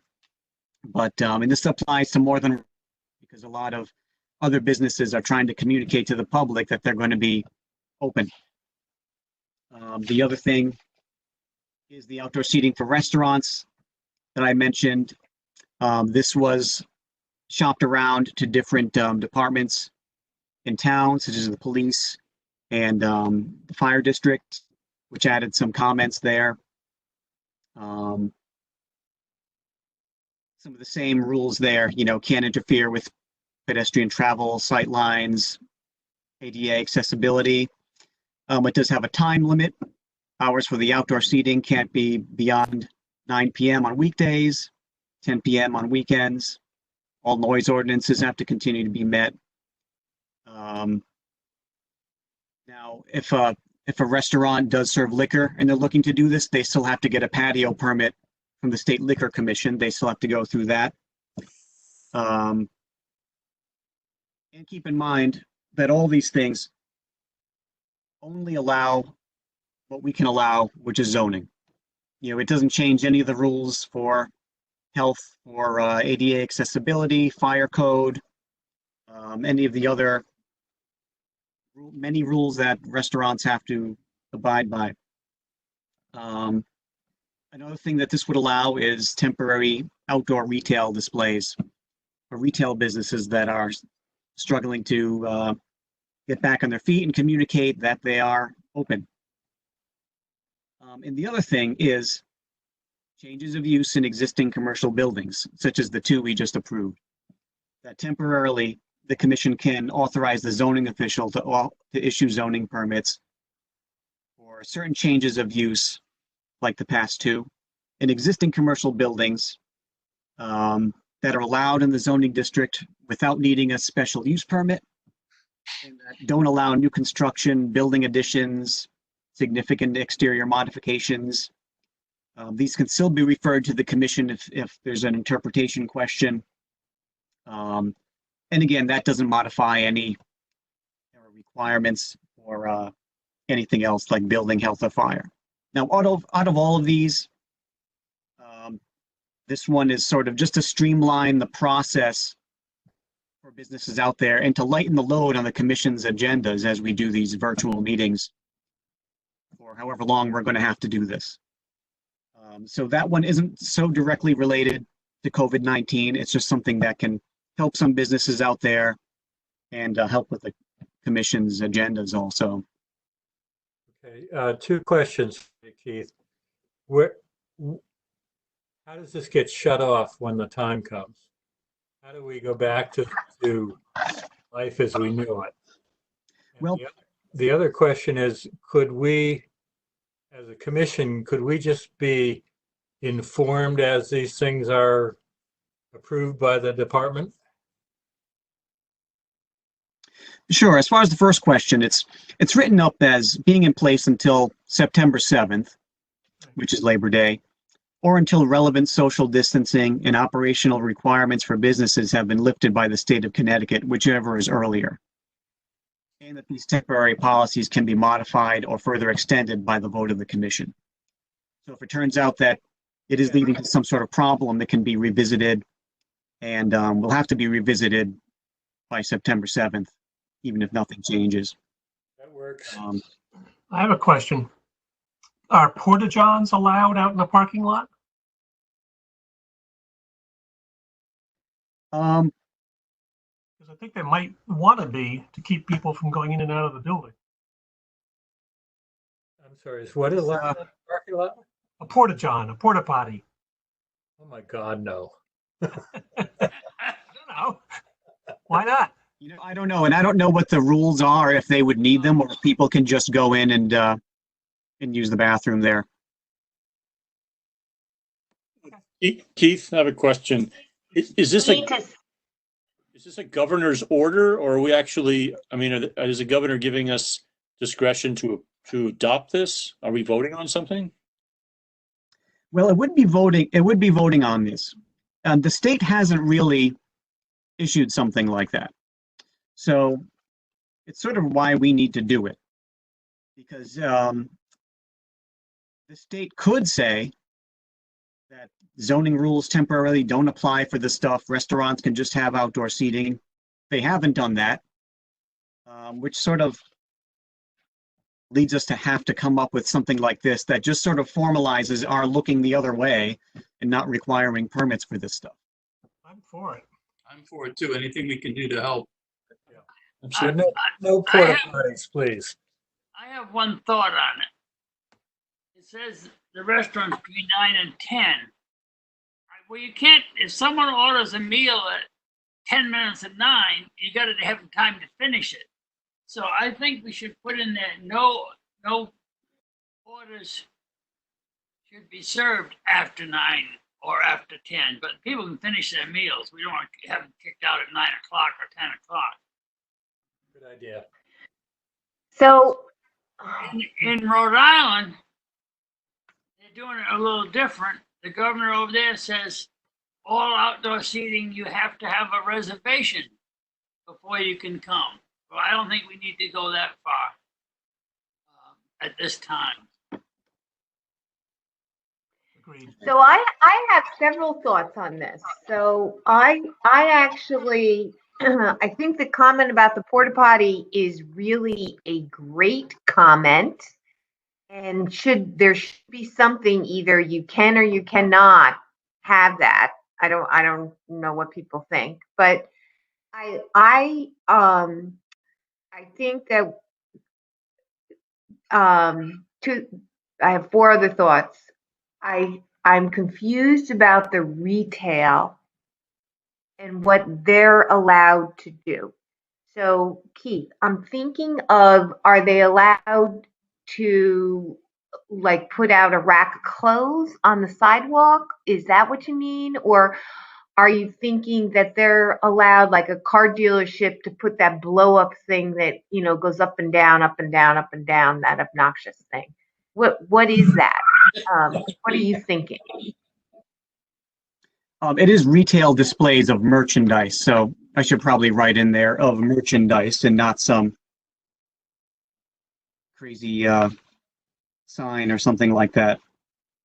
But that's the idea. It's more of the rack of clothes. Okay, and that's the same when you said the signage and you specifically say non-inflatable. So that does that mean like all those blow up things that people have, or those moving objects are not part of they're not supposed to have those, like the flag, those open sign that are like flags and whatnot? Open signs are okay under a certain size in our regulations. Our regulations don't allow for the inflatable things, or the guy that moves his arms up and down. I'm sort of tempted to do that movement right now during the meeting, but I won't. Okay. So then the other question I had, let's say we'll take a restaurant like Bravo, where they have a bar and they have a restaurant. Now, my understanding of the policy that's being proposed is that they couldn't, let's say their entire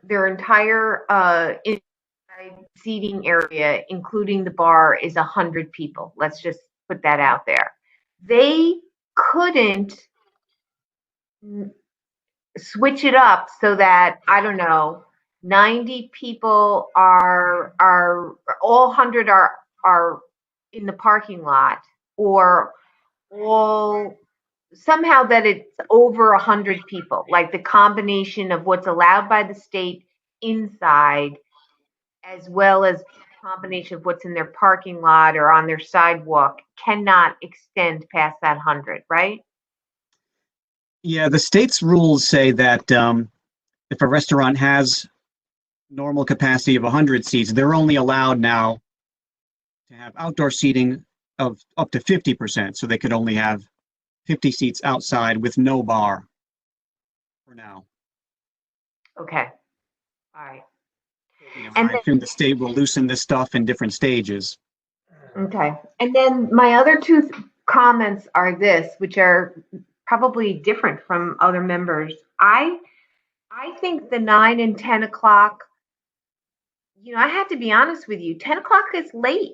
Some of these restaurants are right next to homes. And I certainly don't think it should be 10 o'clock serve. If it has to be 10 o'clock, it should be shut down.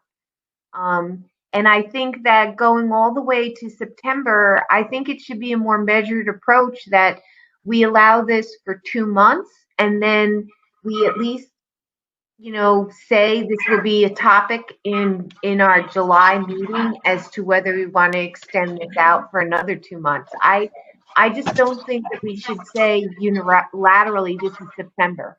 This is a big change. Yes, we want to stimulate business, but we've got neighborhoods, we've got people living there. And we already have, people within the neighborhoods of downtown Mystic that have concerns about the traffic, about the parking, and it's 4 months of their lives that they're being inconvenienced. So I just think we should have a measured approach and say this is good for 2 months and we'll reevaluate. Because right now the reevaluations that are in the policy are like, you would step in and negotiate between two people or two businesses or something. And I think it needs to be a little bit more measured than that. I mean, think about it. If you had 50 people in the parking lot of Bravo, where all those people are going to park? Where are they going to go? They're going to go right down into the neighborhoods that people, summer people come, children are out at night playing, etc. I just think we have to be a little bit more measured. A question here: Does this allow people to expand their outdoor seating? It does temporarily. It does. Yeah. They can't have more seats than they already have, though. Okay. They can have more outside, but they can't have more in general. Not inside. Right. There's no inside seating. No inside. Well, I guess I agree then with Lynn that we ought to bring it back to so it's not all summer, and review it again in July or whenever, because you don't want Bravo's seating to be outside all summer long if it's not necessary. Yeah, the way it's worded, it does say September 7th or until these rules go away from the state, and then things would snap back to normal. But yeah, it could be revisited at an earlier date. Yeah, because I think, really think about it. You got 100 people sitting in Bravo parking lot, right? And where are those cars going to park? Where are they parking? There's no parking. So they're going to go down every single side street. 50% of capacity can only be outside. Yeah, I'm sorry. Right, I'm going to dissent a little bit with my colleagues here. I think we've got to do everything we can to help our local businesses because I agree. Yeah, it might be inconvenient for them for this summer, but here's the alternative. If they go out of business, it's going to be a lot of summers before there are any businesses that come back. So, yeah, it might be a little more traffic or the businesses stay open a little bit later, but I really think that this is an extraordinary time and we've got to do everything we can to support them. Amen to that, brother. I think we got to go to September. We'd only have one meeting in July. And Lord knows what's going to come up on our agenda between now and then. Can we repeal it, Keith? Well, if it's working, then it should be a quick, I know, but I think, but if they're planning something, all of a sudden on the second Wednesday of July, they say, "Oh, you can't do that anymore." I don't think it's fair to the restaurant, to the merchants, the restaurant. I think I agree too. I mean, these are difficult economic times, no BS. And if we can do something to help these businesses stay in business, so when this is over, we aren't looking at a lot of empty stores and restaurants, I think we should do it. I don't think the town is going to die because 100 people are sitting in a parking lot. They'll get over it. I don't think you can have as much traffic in downtown Mystic as we've had in the past 2 years. I agree with everybody who's expressed an opinion. to try to work with the businesses. This is an industry that has been so adversely impacted that it could become extinct. And unless you take, a concerted measure like has been proposed, getting into the minutia of an application is going to put these places out of business permanently. And I don't disagree that there aren't going to be situations that arise, but those situations are going to have to be worked out on a one-on-one basis. I think the leniency is called for and it's appropriate. I make a motion to approve the 4 stipulations. Do I hear a second? Second. Any discussion? All those, we'll poll it. All those in favor? Aye. Anyone opposed? Ayes have it. I'm an aye.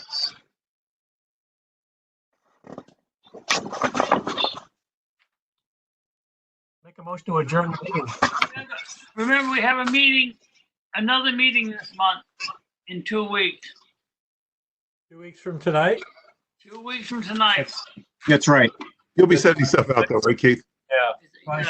Right. I'll send out the, Off Tuesday. yeah. It's the 20th.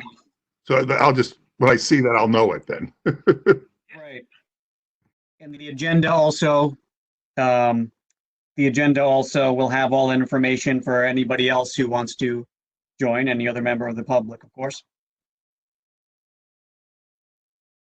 What do we have next meeting, Keith? It'll be the public hearing for the 3-lot subdivision on Oakwood Avenue.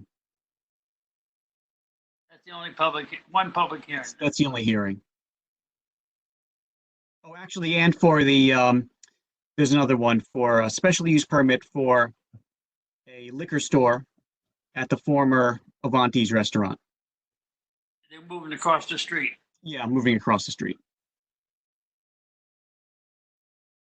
Keith, did you see the message that popped up from Angela? I did not. Let's see. Yeah. It's in the Webex chat. Where was it? I don't see it. You click on a little thing that's glowing at the bottom. It's got a red dot on it. Oh, yeah. Yeah, hi, this is Angela. I'm opening up juice with limited seating of 8, but have the ability for outdoor seating to increase seating capacity outside to 8 to 12 outside and 8 inside.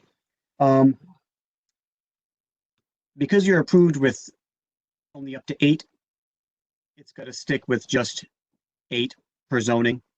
If you go more than 8, you'd have to apply for a special use permit to be a restaurant according to our regs, instead of being a retail restaurant. Looks like there's a new executive order 7MM that allows what we just approved. All right, so we'll have to check in with the governor's new executive order, which might have just approved what we just approved. So We did it Step first. ahead. thanks for the update, Angela. Keith, would you go through again the next meeting? We're talking about Avanti's moving. One on The Blue Whale Liquor Store moving to Avanti's. Right. Blue Whale Liquor. We Oh. used to be the Blue Whale. Yeah. Okay, gotcha. The Windjammer. Oh, Windjammer, yeah. And Avanti's closing up? Right. Yeah. Wow. Okay. And they're going to take over the entire building, the Avanti building? Right. Yeah, So moving it's a pretty across the big street to the liquor larger store. building. I make a motion to adjourn, Mr. Chair. I will second that motion. all in favor? Aye. Aye. Thank you, Keith, for putting this all together. And Gail and your whole staff. Great job. It I worked. gotta talk to Colleen. Where'd Colleen go? Looks like she's here. Yeah, she want to talk? Good night, guys. Did you give her a chance? Good night. Good night. Good night. All